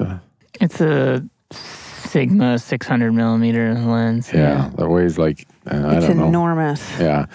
But Marcus was sitting there with the bazooka all evening till the wee hours, videoing, and a crazy number of deer. And their orangish red bodies stand out. It's just beautiful. I wish video could do it justice. You have to go there and see it. It's the brightest, imagine the brightest green you can imagine. The most vivid, high saturation green. Yeah. And then double it. That's how green it is there. Yeah. And then you've got these gorgeous chestnut colored deer, big white throat patches, double throat patches, gorgeous tight basket antlers, and they just look awesome. With big butts. Remember, we decided they all had big butts. And they're just out there just feeding their heads off. It's so lush. They're up to their knees in food. It's just gorgeous. Yeah. And that was that first night we saw the big 4x4, right? That's right. Way in the back corner there. Yeah. And so the next morning, the one who... Yeah, we decide we're going to go and kill that big 4x4. Somebody is. And we start marching up. Right. As long as she shot before you did. But we're marching up that, and it's so deceiving because all that karst is covered with vegetation. Let Jim explain, not to cut you off, but explain the cutoff between this karst limestone and then the other side, and just the pitfalls and whatnot. You're the geologist. Jim's a geologist, so he can explain what this landscape is. So it's a marble, and with the great rainfall, it's dissolved into this landscape, and it dissolves back to these razor-sharp pinnacles. Like a stegosaurus spine. That's exactly right. And so, but mixed in amongst that is vertical pits and shafts and sinkholes.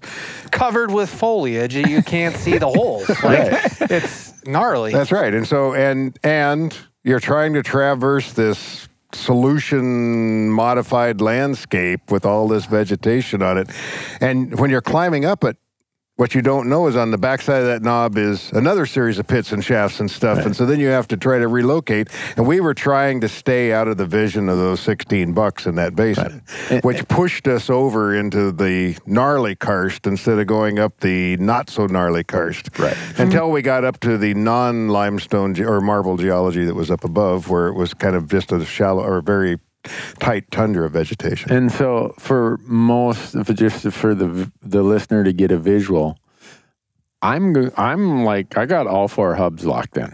Oh, I'm like holding with my hands, grabbing grass and brush and limbs, and Marcus is carrying a camera and It's got his monitor on it. And, Yeah. another big gaudy thing that I would not want to be How much packing. does that thing weigh, Marcus? That I whole have no rig that you're idea. carrying? and then you've got like a trekking 15 pounds pole or in the other something? hand.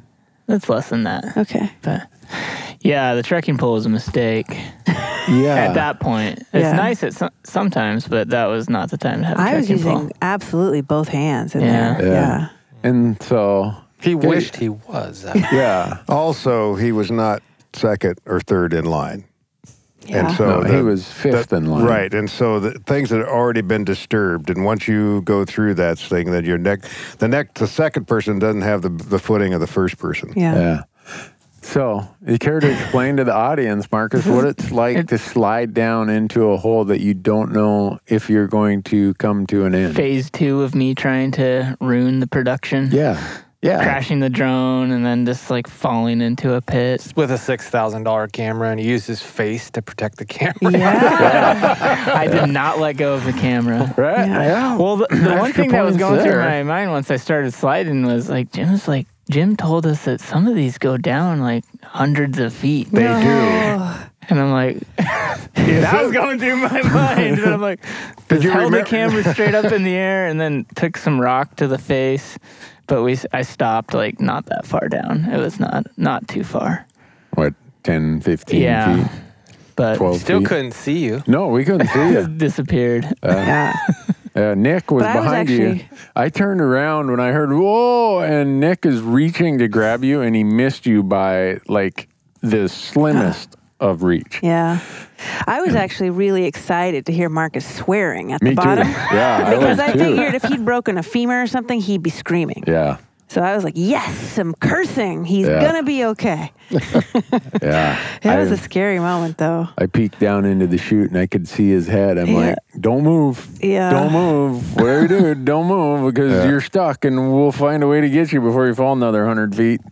No, I mean, it was definitely a dead end to Yeah. the pit where I was at, but Lucky. We just walked trying by to later. ruin the hunt again. We walked by some pits later that it would have been a lot worse. Yep, that's for sure. Especially the next that day. one the next day. That's Well, why I was up above. It allowed me an extra level of protection, and also it was prime. Well, let's not forget. photography for If getting Tyler the shot of slipped in the Tyler vertical walking pit. above that pit was. Let's not forget that kind of poor incredible. beaver, right? So we went Oh, to yeah. a cave a couple days later on a rainy day to explore a cave, and at the bottom of a pit, there was a dead beaver. I It don't- could have I been s- you, Marcus. Yeah. I still don't think it's a beaver. That thing's got a head on it. I think it's a buck-toothed Sasquatch. I've trapped. It's a juvie. Yeah. I bet you in my life I've trapped almost 1,000 beaver. And I've skinned just about every one of them. I've never seen a beaver with a head anywhere near the size of that thing. Alaskan beavers are bigger. Everything's bigger in everything's Alaska. bigger. I'm calling BS on that. I think we've got like some throwback to. It could be Bigfoot. Jim, what's the heaviest beaver you ever heard of in Alaska? I don't know. I mean, I've caught a couple in the 70 and 80 pound range. Yeah, and that's a monster, an Yeah. 80-pound beaver, and they have a head on them about that wide. Oh, no. No, ours No. are much larger than that. Yeah, Okay. it's They Alaska. really are. Yeah. Well, I'll be interested when you get that thing carbon dated. Yeah. Well, I mean, we talked about this. What's the probability of a beaver first being in that alpine, second finding that cave, and third being unlucky enough to find the way to the bottom of the pit where he can't get out of it? Yeah. You know, and then us, we actually And then his bones, of course, the cave environment keeps them from, they're not fossilized, they're just preserved, but still the probability of preservation is slim to none. Yeah. Anyhow, it'll be interesting to see. So there we are. We've pulled Marcus out of the pit. Yeah. He's okay. You should see the look on Jim's face at this time because he's a caring guy.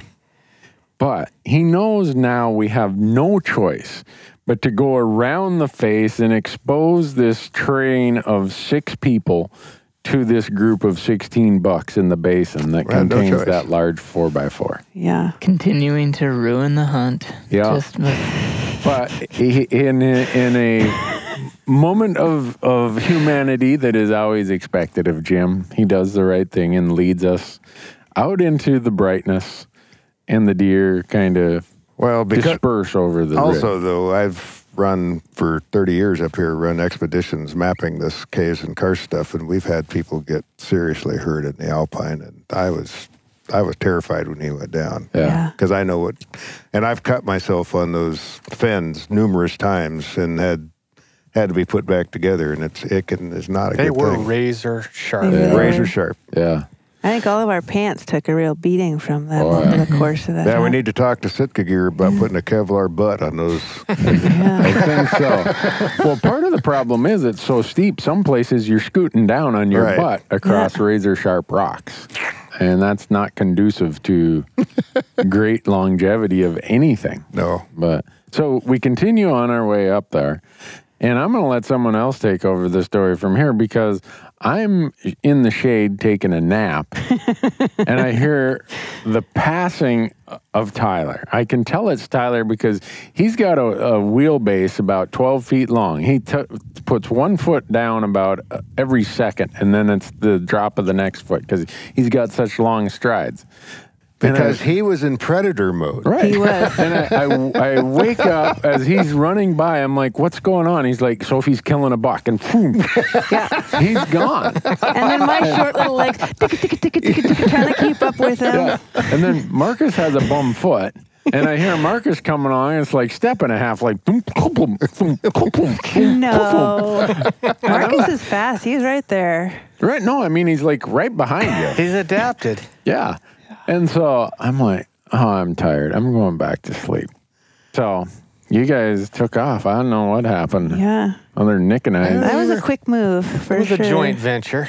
No, we got above the canyon with the 16 bucks, and I wouldn't say there were 16 left because they certainly had got stirred up a little bit. There was 5 in there or something like that. Yeah, and there was some quality deer, and basically we were on an approach for a different really nice buck that was bedded. And I mean, just to lay it out, it's like, which one do you want, Sophie? I mean, over here, over here, over here. You know, and it's kind of a nerve-wracking deal. You know, she's got 2 cameras in her face. You know, she's got Jim. Enough said. She's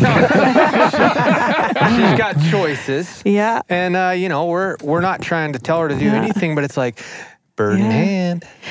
We got one right here. It was a really interesting moment, I'll be honest. It's like, you know, I was really excited to harvest a deer, of course. I always am, but I also really wanted this to be a great film.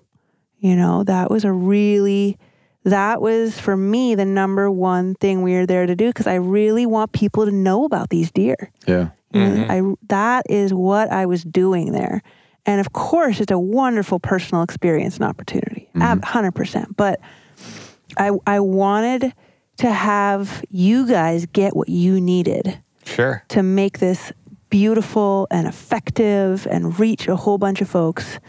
And I think we got really lucky. That was an awesome opportunity. Well, the hunters out there, you know, even non-hunters can put themselves in our shoes. But when you've done something before, there is no, like, lapse in time. And we had been there before. As a matter of fact, Randy had filmed from this lookout that we were headed to when Jim and I, 3 years earlier, had snuck in and shot his buck in this same spot. So we knew where we were going to go. We had the deer below us.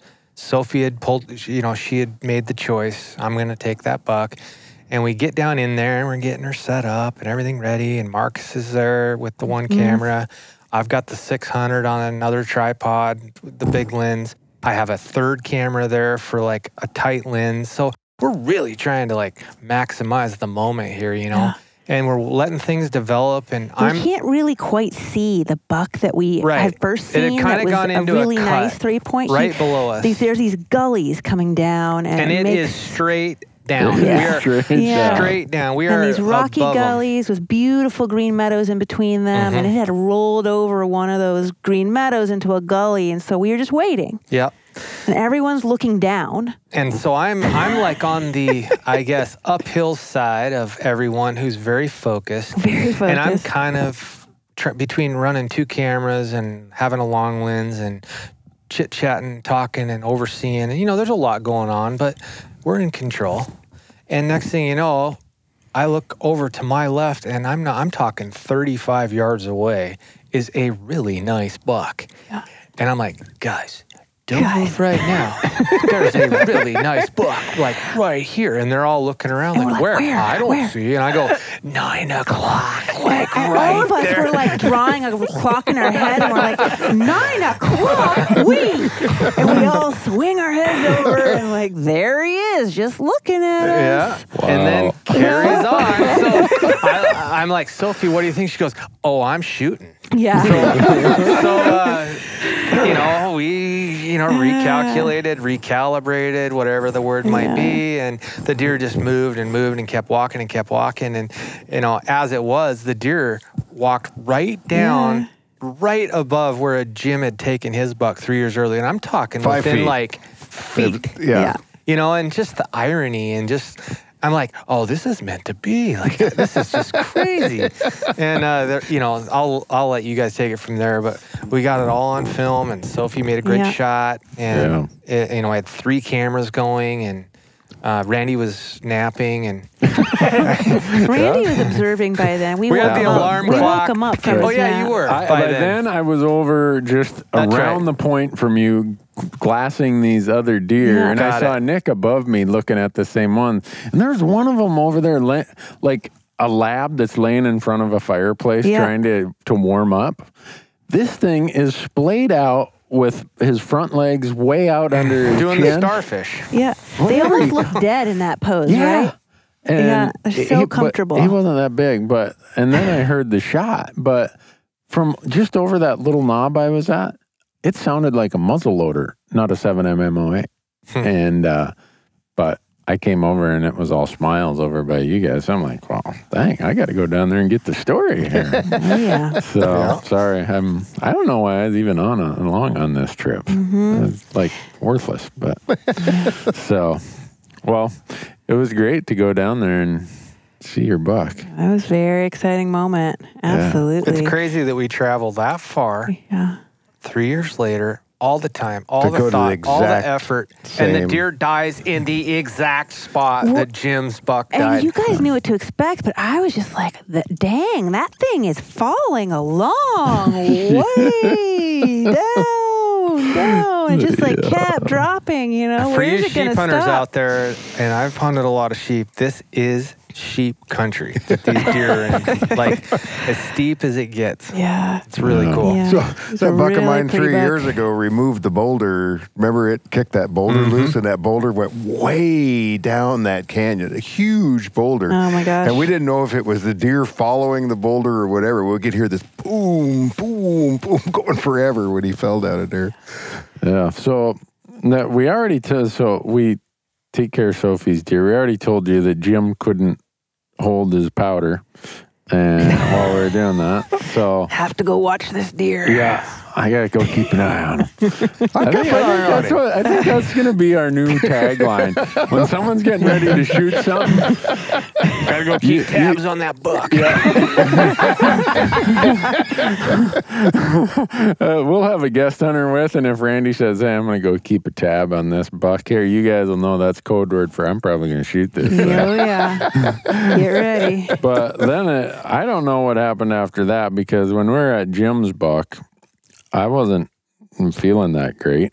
My liver was flaring up. And so I was more than happy to volunteer to help get the 2 bucks off the mountain. It was Sophie and Jim and me and Nick. we took the bucks back to camp, grazed our way there through a patch of salmon berries. The planet has not seen a patch of salmon berries like Red exist. ping pong balls. Yes. Listen, I like to say we were just trying to better understand bear ecology. There you go. You know, get in their headspace. Oh, man. We're just browsing our way down that hill. Don't follow the bear down the hill. That's it. Yeah, because I was in the lead, and I was kind of like this young kid running and grabbing this big red one and that big red one. And well, pretty quickly, though, we kind of fanned out Right. into optimal berry harvesting formation. Yeah. That'll be, for me, the most remarkable, one of the most remarkable memories of this trip. But the part that still is in my head is looking at Tyler and Marcus, and they knew that big 4x4 we'd seen somehow had escaped us. We did our job first. No, you guys had done great work. Very professional. And 100%. then it was like... I was excited for you. Right. Yeah. You know, Act 3. Whole new setting, whole new attitude, whole new everything. Tyler and Marcus are going to kill that buck. And that's kind of how you guys said it. And before anyone really could do an inventory of, do you have enough this? Do you have blah, blah, blah? You guys were like this little pair of glimmering dots, scaling your way back up this really steep face. And... Yes, they climbed back up the crazy canyon that we came down, and they did it really fast. Yeah. Yeah. We had somewhere to be. Yeah. And keep in mind, by now it's 5:30 p.m. Right. So that fog's starting to roll over the edge a little bit. Knowing Southeast Alaska, with my limited time of being here, you hardly have any time of good weather. So you take advantage of it when it's there. And in my mind, and I told Marcus in a whisper before we were even remotely done with Jim's buck, I'm like, we're going right after this, right? Like, we are gone. Like, we are. Did he tell you that? I didn't hear it. Oh, yeah. Oh, yeah. Okay. Well, better judgment for me was, you know what, for the safety of this operation, we already had one near miss today. Let's all just mosey back to camp and just try it tomorrow. But I think your judgment was good, Tyler, because the weather, you had. It was good, but it was, there's a lot of words I could probably use, not to get ahead of where the story went, but. We'll take it there. Well, I will, I guess. Yeah. Considering when we got there and how many bucks were in this basin, and 3 years earlier, where this all really started, and correct me if I'm wrong, we all, after Jim had killed his buck, Jim says, Randy, Tyler, I got to take you guys to the ridge and look over the back of this. And so we did and got up there. And I mean, it's just this oasis. It's just unbelievable. And there's deer all over, and there's a nice buck, and look at that buck. And we saw a deer. I wouldn't even say he was a mile away. I'm going to say he's 3/4 of a mile tops. Yep, tops. And I got great phone scope footage of him. And this buck, and not that the record books are why I hunt or anything, but it's just the Boone and Crockett scoring system is a way that we can all, as hunters, talk about an animal. And this thing, if he wasn't in the top 5 in the world, he wasn't an inch. I mean, this thing for archery equipment. I mean, he was a monster. Because Randy had killed the next morning a Boone and Crockett all-time net buck, and this buck was bigger than that. So, I knew what was there. And so anyway, circling back, when we first got to this basin, we had seen a deer that we knew was world class. Yeah. And I think my words were, well, we have a candidate. Yes. Or a target or a mark or whatever word you want to pick. Like, we knew that this was a deer that was worthy of pursuit. And it wasn't one of the 2 that we had already killed. Not that those weren't great deer. It's just, you guys were smart. You took the bird in hand. You killed great deer. Used the weather to your advantage. But in my mind, I'm like, I didn't dwell on this for 3 years, bring my bow back up here to, and that's really where my mind was at. And that's why Marcus and I were like, we're going. Yeah. So bringing you to that point, when we got to the ridge, we knew where we needed to be to kind of watch that backside, because we watched that buck leave and roll out that top. And, you know, you can draw your conclusions to the terrain of what these deer like to do. I mean, they contour, you know, they like to stuff themselves in a place where they can feel safe and stash away for the day. And then you would think they're going to be up and feeding in the evening. I could pick them up, find them, plant a stock, make it happen. You know, that's simple, right? Like, that's just what you do. Well, that was our plan, and that's what Marcus and I did. And to be totally honest with you, and I think I said this in my interview and on camera and multiple times I reiterated it, that day was so surreal with our time lapses, our footage, the fog rolling over the ridges, like the coloring.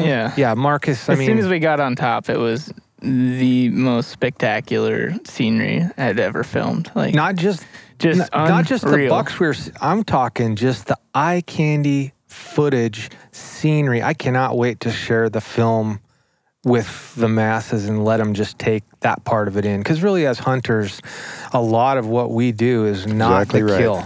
Yeah. It's the adventure of it all. And it's like, it's all these things that are like so, you close your eyes at night and you can't get it out of your mind. It's like this beautiful, colorful, artistic painting. So green, you know? And there's rivers of fog that were just flowing. It was like, this looked like a river flowing through the mountains, but it was sea fog. For those of you that aren't, and it was just aren't unreal. Photographers or camera people or whatever, time lapses, you've probably heard of that, where you stagger your photographs and stitch them together to create these moving scenes.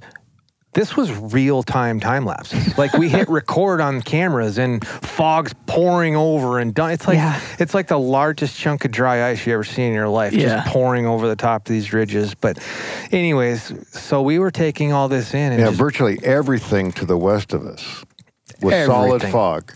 Everything. And below us, and it was just coming over the ridges. Yes. In a wave. So we had that to kind of just take in and breathe in, but don't be wrong. Don't get me wrong. I mean, I'm looking for this deer. Like, I know he is there. It's the one. It's the target. It's what we want. Marcus, we're on the same page. You know, we're splitting up. We got our backs to each other, and you know, the smartest thing to do, especially early in the hunt, for anybody who's an archer and understands like the pursuit of a target like this, you don't get too carried away with running around and start pushing stuff and bumping stuff. And you want to see him first. You want to dictate his next move. And then you want to put yourself in a position to make it happen. And that's what we were trying to do. But, you know, I'm looking at my watch and it's getting later and later. And we were looking at tons of bucks. I mean, tons of bucks. You know, and I have no regrets, but there was lots of deer that we could have stalked and probably got really high percentage shots on. Nice bucks. But it's like, nope. We are going to find the target, the candidate. And as it got later and later, I'm thinking, I think this deer is rolled into this back basin and we're going to just walk the route that I think he walked. And you know, Marcus was right with me, and we talked this out in every step, and we hit the first terrace, and it's like you know, y'all hear a false summit. Well, this is like false terrace. You like get there and you look, and there's like a bench, and then another terrace, and so I'm like, we're gonna go to that one right down there, you know. So we go down and we hit the next one, and we peek over that, and well, there's another terrace, you know, and I'm like, you know, that we got to go down and get up. And by now we are like well off the back of this mountain, right at the edge of the solid timber. Yeah. And so literally, God honest truth, it's like, I promise, Marcus, this is the last terrace, and then we're gonna hunt our way back, and you know, we got a lot of days left. Just gotta left, keep a tab on that deer. Yeah. And we walked down and we rolled over that terrace, and there was a doe. There was a doe there, and the sun was at our back. And I'm thinking to myself, it's a doe, sun at my back. They don't see humans much. She probably can't see us well. Let's just keep pushing along and just kind of roll the dice. So I don't know. We walked 20 yards on that bench, and I look back over my left shoulder, and who do you think's standing there looking at us? That buck was in a stand of trees that Crumbs holds. Yep.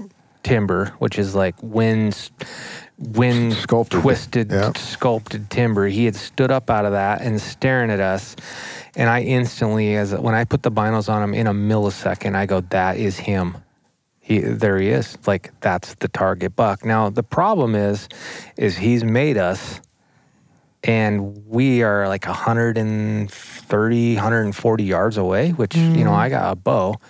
And I'm thinking, well, he's looking into the sun. Let's not just fiddle fart around here. Let's like get out of his mind's eye and try to make a loop on him. Because sometimes their mind's computing the movement. They don't know. And by then I'm hoping to make my loop and make it happen. I'm trying to like do everything that I can to put it together, even though he's essentially got the upper hand. And that's what we did. And we made the loop and come in right above where he was. And I seen his head, and he's at 60 yards, and he just goes out of sight. And I'm like, oh my gosh, if I was like 5 seconds faster or something, Yeah. So we made one more loop on him, tried to get ahead of him, because by now he wasn't running or anything. He was just moving away from whatever the anomaly was. And we come over the next ridge, and there he is, and he's 90 yards broadside, standing there looking at us. And there's no way to stalk. There's no way to close on him. There's nothing to do but to sit there and just admire him. And we got him on film, and it was kind of one of them things where I've been in Marcus's shoes. He doesn't want to screw anything up. He's being very tentative on getting too high. Thank you for that, because we didn't know like what was about to happen. But he goes out to 100 and gives us every pose, every which way but west. And I'm thinking, if I had a gun right now, what would I do? Probably shoot the thing, But anyway, the long and short of it was, it's like we put it together. We got on the deer. He's showcasing himself for us. He is an absolute giant buck. He's every reason why I thought about this for all those years, why I wanted to bring the bow, why, and it's not about killing the world record or top 10 in the world. It's more about just the challenge of being a hunter and what that means to like pick a target out and go pursue it. And when he showed himself and we got the footage and the deer ended up walking away, and Marcus and I were giddy. We were like two kids, like, man, that was just so awesome. And like, high-fiving. Can you believe that buck? And unbelievable. We're going to get on him again. And because he was calm, and I know where he's going. And in my mind, I really did. I thought I knew where he was going. But just as Mother Nature, especially here in Southeast Alaska, has it, it just wasn't in the cards. I mean, the weather turned, and I think if it wasn't Hurricane Katrina, it was Hurricane something. It was brutal.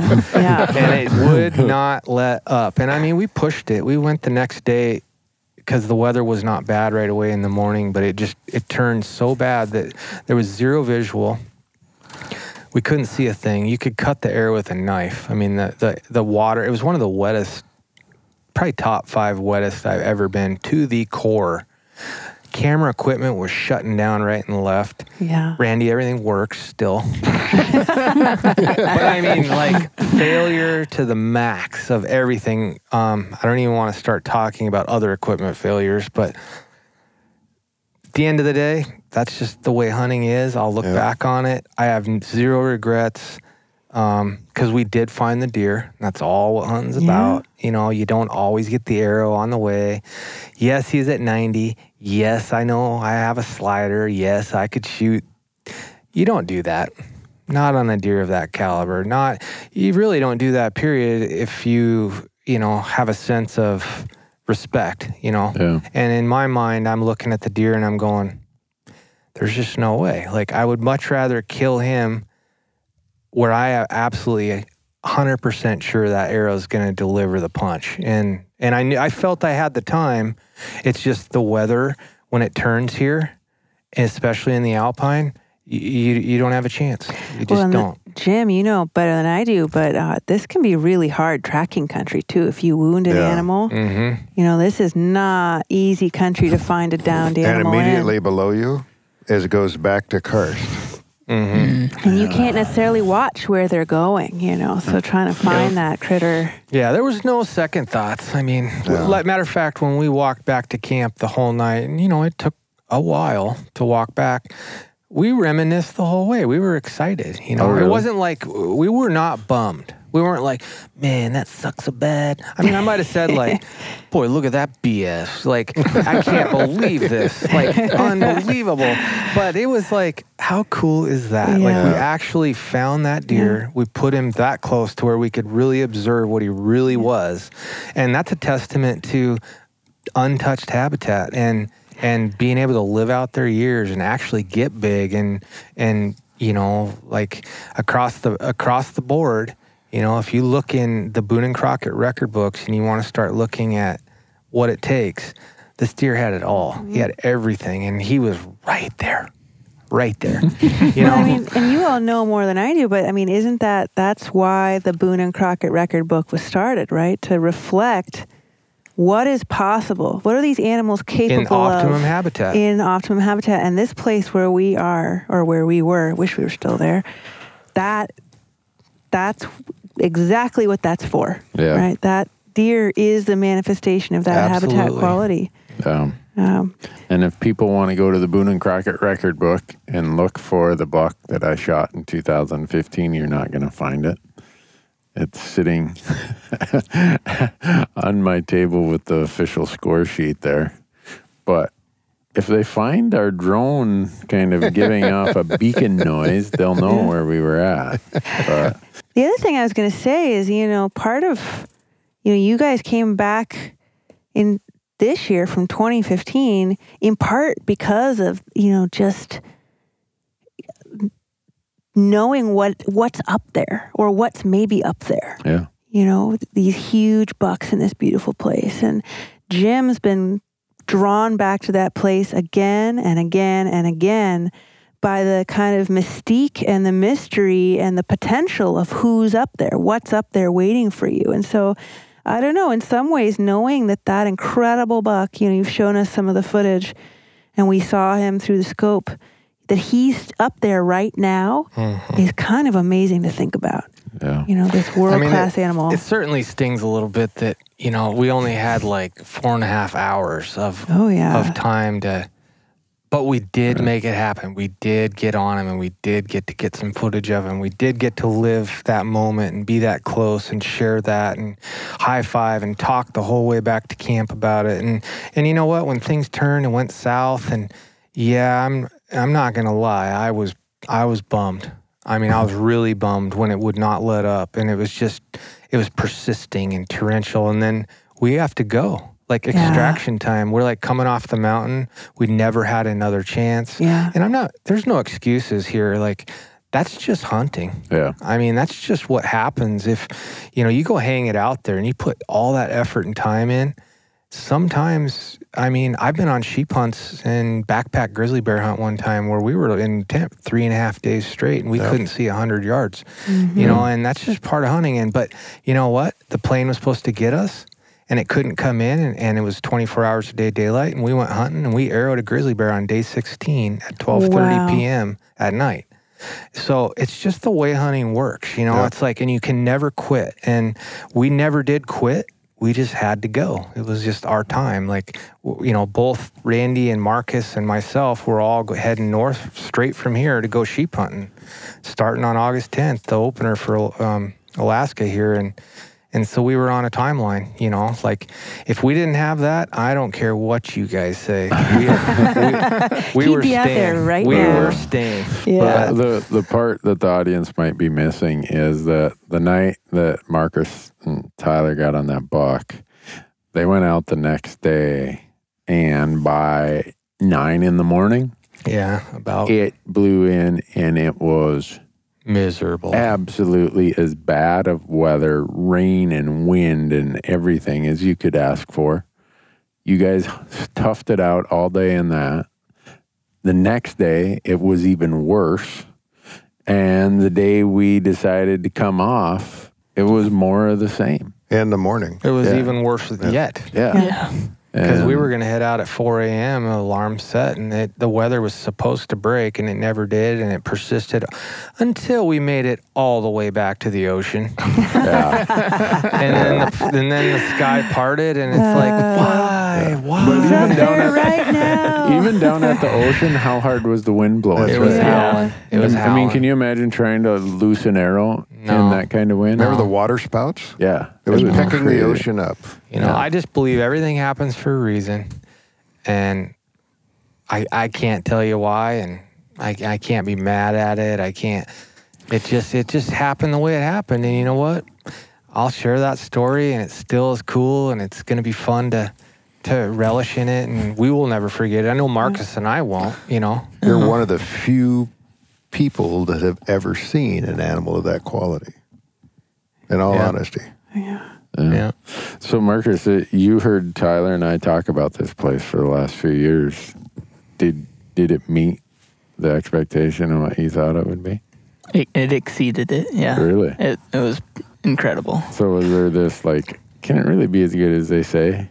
Was there that thought ever in your mind? Well, I mean, the bucks are cool, but to me, the whole adventure of it, and just seeing that landscape and the sea fog and the colors and the limestone, 19 cameras that we had. all of it. It was just, it was incredible. So it's something else up there. Yeah. And just the adventure of slogging through, you have to earn it. You have to go through all the Devil's Club and up the roots and over the deadfall. You're still picking those out of your hands? Yeah, I've been sitting here all through the podcast just picking Devil's Club out of my knuckles. It builds character. No, it was amazing. Yeah, I love those kind of adventures. There's always going to be some hardships along the way, but that just makes the reward so much better. Yeah, well said. Well, with that, our goal is to have this. Have we decided if we're going to still call it reindeer or not? That we had a working title for this film called Reindeer, like RAIN, like what Tyler and Marcus experienced up on the mountain. Rain. It's certainly fitting, but like we were blessed and rolled many camera when the footage or when the weather was beautiful. Yeah. So, all right. But it is a fitting title for these deer in that for the species. For the species, they live in a rainforest. Yeah. And for the last 3 days of our trip. Yeah. Brutal. I think we earned that title to some extent. Brutal. So the reason I asked that is to let the audience know that our goal is to have sometime in December this film about ready to go. And it's going to talk about Sophie and Jim and their research and the work they do about their hunting together, their researching together, the landscape and these deer. But one of the things we want to do is for these two scientists who love these deer is raise the awareness of these deer and just whether you hunt or don't hunt, we want people to know that there are places in the world that are still so remarkable and so just undisturbed. And these are places and these species, we want advocates for that. Yeah. So, and almost all of these deer habitat, this is the American rainforest, the American temperate rainforest. Almost all of this land is public land. It's the Tongass National Forest. Yep. So these deer and their habitat, they're ours, and I really want people to know more about them. This is a unique place in America. There is nowhere else like this. Yeah. This is a unique place in the world. Right. Yeah. But it's a unique place and it's ours. And so kind of having people better understand just what they have, this mysterious deer and their rainforest home. And this is a hunting adventure, but it's more than that, and it's evolved over the last few years to be more of this is a Sitka Blacktail story. This is not just a hunting adventure of hunting these Sitka Blacktail deer. This is a Sitka Blacktail story. And I'm going to say it again, and I'm beating a dead dog here, but I've been really lucky in my life to do some amazing adventures and chase all kinds of animals. I mean, the list is a mile long, but the one animal I've hardly hunted is the Sitka Blacktail deer. And really, until I did it, they were just this little tiny mule deer thing that doesn't, I didn't really have the appreciation, guilty, because I didn't know about them, and, meeting Sophie and Jim and like being educated, with their passion and the insights that they've given me, and then gleaning, what I've gotten to witness and where they live. And they are a fascinating animal. And they taste really good, too. I am incredibly biased, but I think they are North America's most beautiful deer. I mean, their markings, their habitat, they are just a spectacular animal. Yep. And they're also our least studied deer by a mile, by an absolute long shot. So they're mysterious, and they're just really special animals. And so like Randy said, our goal with this film is to really raise the bar of awareness for this species of deer. I mean, you look at your magazines and there's so many whitetail articles and so many mule deer shows, and very, very limited on the Sitka Blacktail. And so we're going to change that, and we're going to really help put them on a map. And who better than to have Sophie and Jim be kind of the liaisons, so to speak, or the stewards of the species. So we just want to help tell that story and show it to the masses, and hunters and non-hunters alike. I mean, this film's going to be for both. It's not going to be a hunter's film. This is going to be a film that people who've never hunted before, you should go see it. This is going to be a very educational, interesting, thought-provoking film that's made with a lot of thought and a lot of passion, and with some great characters and great people. Yeah. So to raise that advocacy and awareness, will there someday be a website that the two of you have? Sophie's chuckling. There will. Is there a place that we can tell the audience? Because this podcast is going to release a week from Friday. A week from Friday? Let me think. 2 weeks from Friday. Which one you want to go with, Jim? What's your favorite? Well, I'm very biased towards sitkablacktail.org.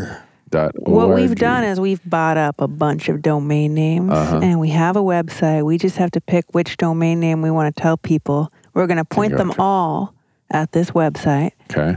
Right now, it has some basic information about Sitka Blacktails and what we hope to accomplish for them in terms of research and outreach in the future. But what we'd like to do is build it into a platform for people to learn about the deer, contribute to research and conservation if they feel that need and that urge, learn about hunting these deer, as well as what research has been done on them, and really just share these deer with the world through this platform. What's a Sitka Blacktail? Yeah. What is their life cycles, and what do they do? And what do they mean on the landscape and to the people that live here? SitkaBlacktail.org, not with an S at the end. Nope. Just singular. SitkaBlacktail.org. All one word. All right. That's right. Okay. Well, we always want to get the audience excited. And we want to give them something to do with their excitement. So you need to work on your sales pitch, Sophie. Here's how an accountant would have said that. We want people to get excited and write a check so that we can continue to give you the greatest science we can related to There you go. Sitka Blacktail and their habitat. And science isn't free. How's that? That a better sales pitch? There you go. I think you nailed it. And with that comes a great hunting opportunity through the longevity and future of the Sitka Blacktail deer. So we were talking on the way down as we were skiing down this slope of debris and mud and deadfall and praying that nobody got hurt, how we could raise money for this species. And I think we concluded that we could auction off the path, the GPS path, The GPS that track. comes to get to this spot. I wonder what it would go for. Let's put it out there a couple years bidding so I can get back there. And I'm not done going up there either. Okay. All right. It took me too many years to find that. All right. So once Jim retires from this spot, Ooh, this probably, this is not a spot she can wheel me out in a wheelchair later. No, it's not No. wheelchair friendly. Yeah, this is going to have to be. so We'll have to This parachute is a you sliding in. scale. time sensitive. I think here's what we do. We have to put a reserve minimum that for $100,000, maybe you would share these. Or, okay, we could just give them the coordinates without the route to get there. Yeah, and for Jim. an extra 100,000, we will give you the breadcrumbs. We'll give you the route so you don't get cliffed out multiple times like Jim did in trying to finally discover this Jim, route. that's a lot of GPS collars. That's a lot of GPS collars. Jim's getting a little uncomfortable. Yeah. Put him outside. We'll have his to work comfort on him. zone. We didn't vet this out yet, but If they underbid, they just get the GPS coordinates to the drone. There you go. Yeah. which could be more treacherous than actually going. Well, you remember, it crashed very close to one of the places that I failed to gain access to. Yeah, that's that. There you go. The consolation prize. If you only bid so much, all you get is the drone coordinates. And if you return the card in the drone before December, there is a reward. Absolutely. Who's paying that reward? Well, we could probably find it in the budget if you could get it in time. Yeah. Okay. Oh, my God. Well, it's been a remarkable trip for me. I came here, and even though I had a tag and carried a rifle, I was telling Marcus and Tyler today that so much of this trip for me was just soaking more of it in. I really, don't get me wrong, I if the weather had been good, I would have been very interested in pursuing these deer. But for me, it was just like the things you pointed out this time, Jim, we didn't see last time. Like humongous rubs on these big trees that like, wow, these deer are here in November when the rut's going on. I'm like, whoa. So all of this part about the landscape and where they're at and just trying to understand a way to tell the story that is so unique to this landscape is so unique. That's where my mind was most of this hunt. And if I didn't really hunt that much, if you don't even call it that. Now I felt like it was a spectacular use of my time. Yeah. It's great. Well, I feel really lucky to have been a part of this. So I really appreciate being included in this and getting to share a little bit more about these deer and, you know, the things that science can tell us about them with you and your audience. So thank you so much for having me. Yeah. Thanks for all the work the two of you do. Jim are you an unpaid volunteer? Yeah, pretty much. Yeah. Oh, Okay. he gets paid in other ways. Yeah. My wife cooks. She's awesome. Yeah. Well. No, you know what? He's mad at me because I don't have enough things for him to do in the woods, he says. Oh, so, really? Yeah. She needs another project so that I can do catch and release hunting and something to do all winter. But you know, for me, it was the minute Sophie and I started working together on her research, let alone for hunting. We were looking at pictures of this stuff, and she's been. I mean, because this is nirvana. Because she wanted to know about habitat, and I said, this is it. And for me, it was a great fulfillment to have her go see that place. Yeah. You can't describe it. No. I can't describe it in a way that you have to experience it. And even footage, although it's going to be epic and amazing, and it will, being there it's Indescribable. unbelievable. I think, Randy, you put it really well at one of the conversations you and I were having while we were up there. It's that moment you step out of the timber. Mm-hmm. When you step your foot into that meadow, Yeah. you get it Right. at that very second. Yeah. You struggle and you struggle and you struggle and you climb and you push through all that junk and you sweat and you crawl out there and you step out of that forest. And it's like, oh my gosh. That's exactly how it is. It's really, you have to be there breathing it, seeing it, observing it to understand it. But what it made me think about one night as I was laying in the tent, hoping it didn't blow away, was I wonder if there are other places for other species that are this pristine and this quality of habitat, and I just haven't found it yet. Yeah, it's a great question. Maybe I've been too much of a wuss and turned around just before I was going to get to the elk nirvana or the antelope nirvana or the whatever would be the equivalent to this habitat quality. Well, I think in our modern world, it's going to be just that, places that are hard to access. Mm-hmm. High quality habitat that's hard to access. Yeah. Mm-hmm. Well, that's where that statement of what you put in is what you get out. Yep. Yeah. That's a nice thing to think about. Where's elk nirvana?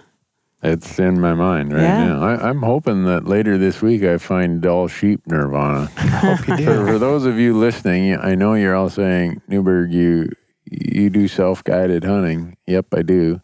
But the only way a person like me can kill a dull sheep, which is one of my life's dreams, is to use an outfitter. So the next podcast is going to be Marcus and I summarizing a dull sheep hunt. So if the Puritans want to hold that against me about hiring an outfitter to fulfill a dream, I get that. But I hope I find dull sheep nirvana, and I hope I talk about it on a podcast, and you will see it on video with the disclaimer that this is a guided hunt. So change the channel if that offends you. I think you could, how about sheep Shangri-La? Ooh. There you go. Yeah. That would work. It would work. I hope I find it. But anyhow, anyone got any parting comments, marital advice? We've given no marital advice on this podcast. This is a first. This is a first. We could have asked Karen to come in. We should have. How long have you guys been married, Jim? 20 years next year. Sophie, how long have you been married? 6 years. 6. Marcus? 2. 2. Tyler, how long have you been married? 10 and a half. Really? Yeah. Huh. Yep. Man, I am like Methuselah. I'm pushing 30 here. So that's why I give so much marital advice. I figure, if you've been married 30 years. What's your best advice, Randy, for us short-timers? Everyone already knows that. And mine is always through the lens of the husband. Yeah. And I think you might have heard me say it the other day around here or somewhere of if you want your marriage to be a smooth, easy path, like the interstate as it's just recently been cleared of snow, it's this. Be more interested in peace than justice. That's Being a good one. right is the most expensive and painful part of any relationship. If you get to year 10, get rid of all of your tools and quit being a handyman, because the number one cause of divorces that have lasted more than 10 years is handyman work. So don't be a handy guy. Where did you get that statistic? What is it? 86% of them are made up on the spot? I made it up. But it sounds good. It fits my narrative. So, and it's further reason why I convinced my wife that I'm not a handy guy. I fish and I hunt, pay the man. Yeah. So I think if any husband is listening to this, your motto should be pay the man. Yeah. And just be done with it. That's why they invented Yellow Pages and Angie's List and all that stuff. Oh, you need to live in Thorn Bay. There's no man to pay. I'd find somebody. Everyone has a price, Jim. So The South Side Boys, there's got to be one of them. South Side boys. So Marcus, in your 2 years of being married, what's the best advice you got? I don't know. We're putting him on the spot here. I don't want to. Well, with my wife, we just go on all of our adventures together. So I don't. You don't have I any. don't really use kids? excuses to. Well, I mean, obviously for work, I'm gone a lot. Yeah. So No kids, no dogs, No, that anything like helps. that. So that's almost like not even being married, Marcus. I mean, you guys probably even have separate bank accounts or something. Oh yeah. Well, they got nothing to fight about. I did for 10 years. I just finally made the jump. Yeah. Oh, you got a joint Guilty. bank account? Yeah, well, we have all kinds. We've got two. We've got our own checking accounts they're and a empty. joint. Oh, really? Yeah. Well, I did Yeah. transfer all of my Karen's money got all my money. to Kara's account because she has to buy a house while we're on this Dall sheep hunt. So Yeah. Huh. that's as close as I have to. She just has all of my money All right your now. money. You're going You to better get hope it you back. have a wife when you get home. He thinks he's going to get it back. Oh, my. This could go downhill in a hurry. What do you say? I'll be laughing in We should end 10 this. days with- here. Yeah, we were talking about a really good subject that was truthful and factual about the science of black-tailed deer, and then Randy had to break out the BS about marriage. Yeah. Every bit of my marriage advice is made up on the spot. So, or made up from personal experience I care not to get into any deeper on. But, well, It folks, sounds good. yeah, it sounds good at the time. So, anyhow, I think we're going to cut it off. The sun is actually set here in Alaska. We have a star. Yeah. So, It's August. Winter is coming. really? Yeah. Did you notice that there's only about that much left on the top of the fireweed? Yeah. So as soon as the fireweed blooms all the way up the stalk and the last flowers fall off, then you're done with summer. It's summer's really? clock. Yep. Oh, wow. I Yeah. didn't know that. Yeah. Well, that's So- what we use as a measurement. Okay. Okay, let's get out of here. All right, folks. Thanks for listening. Tyler shut it down for us.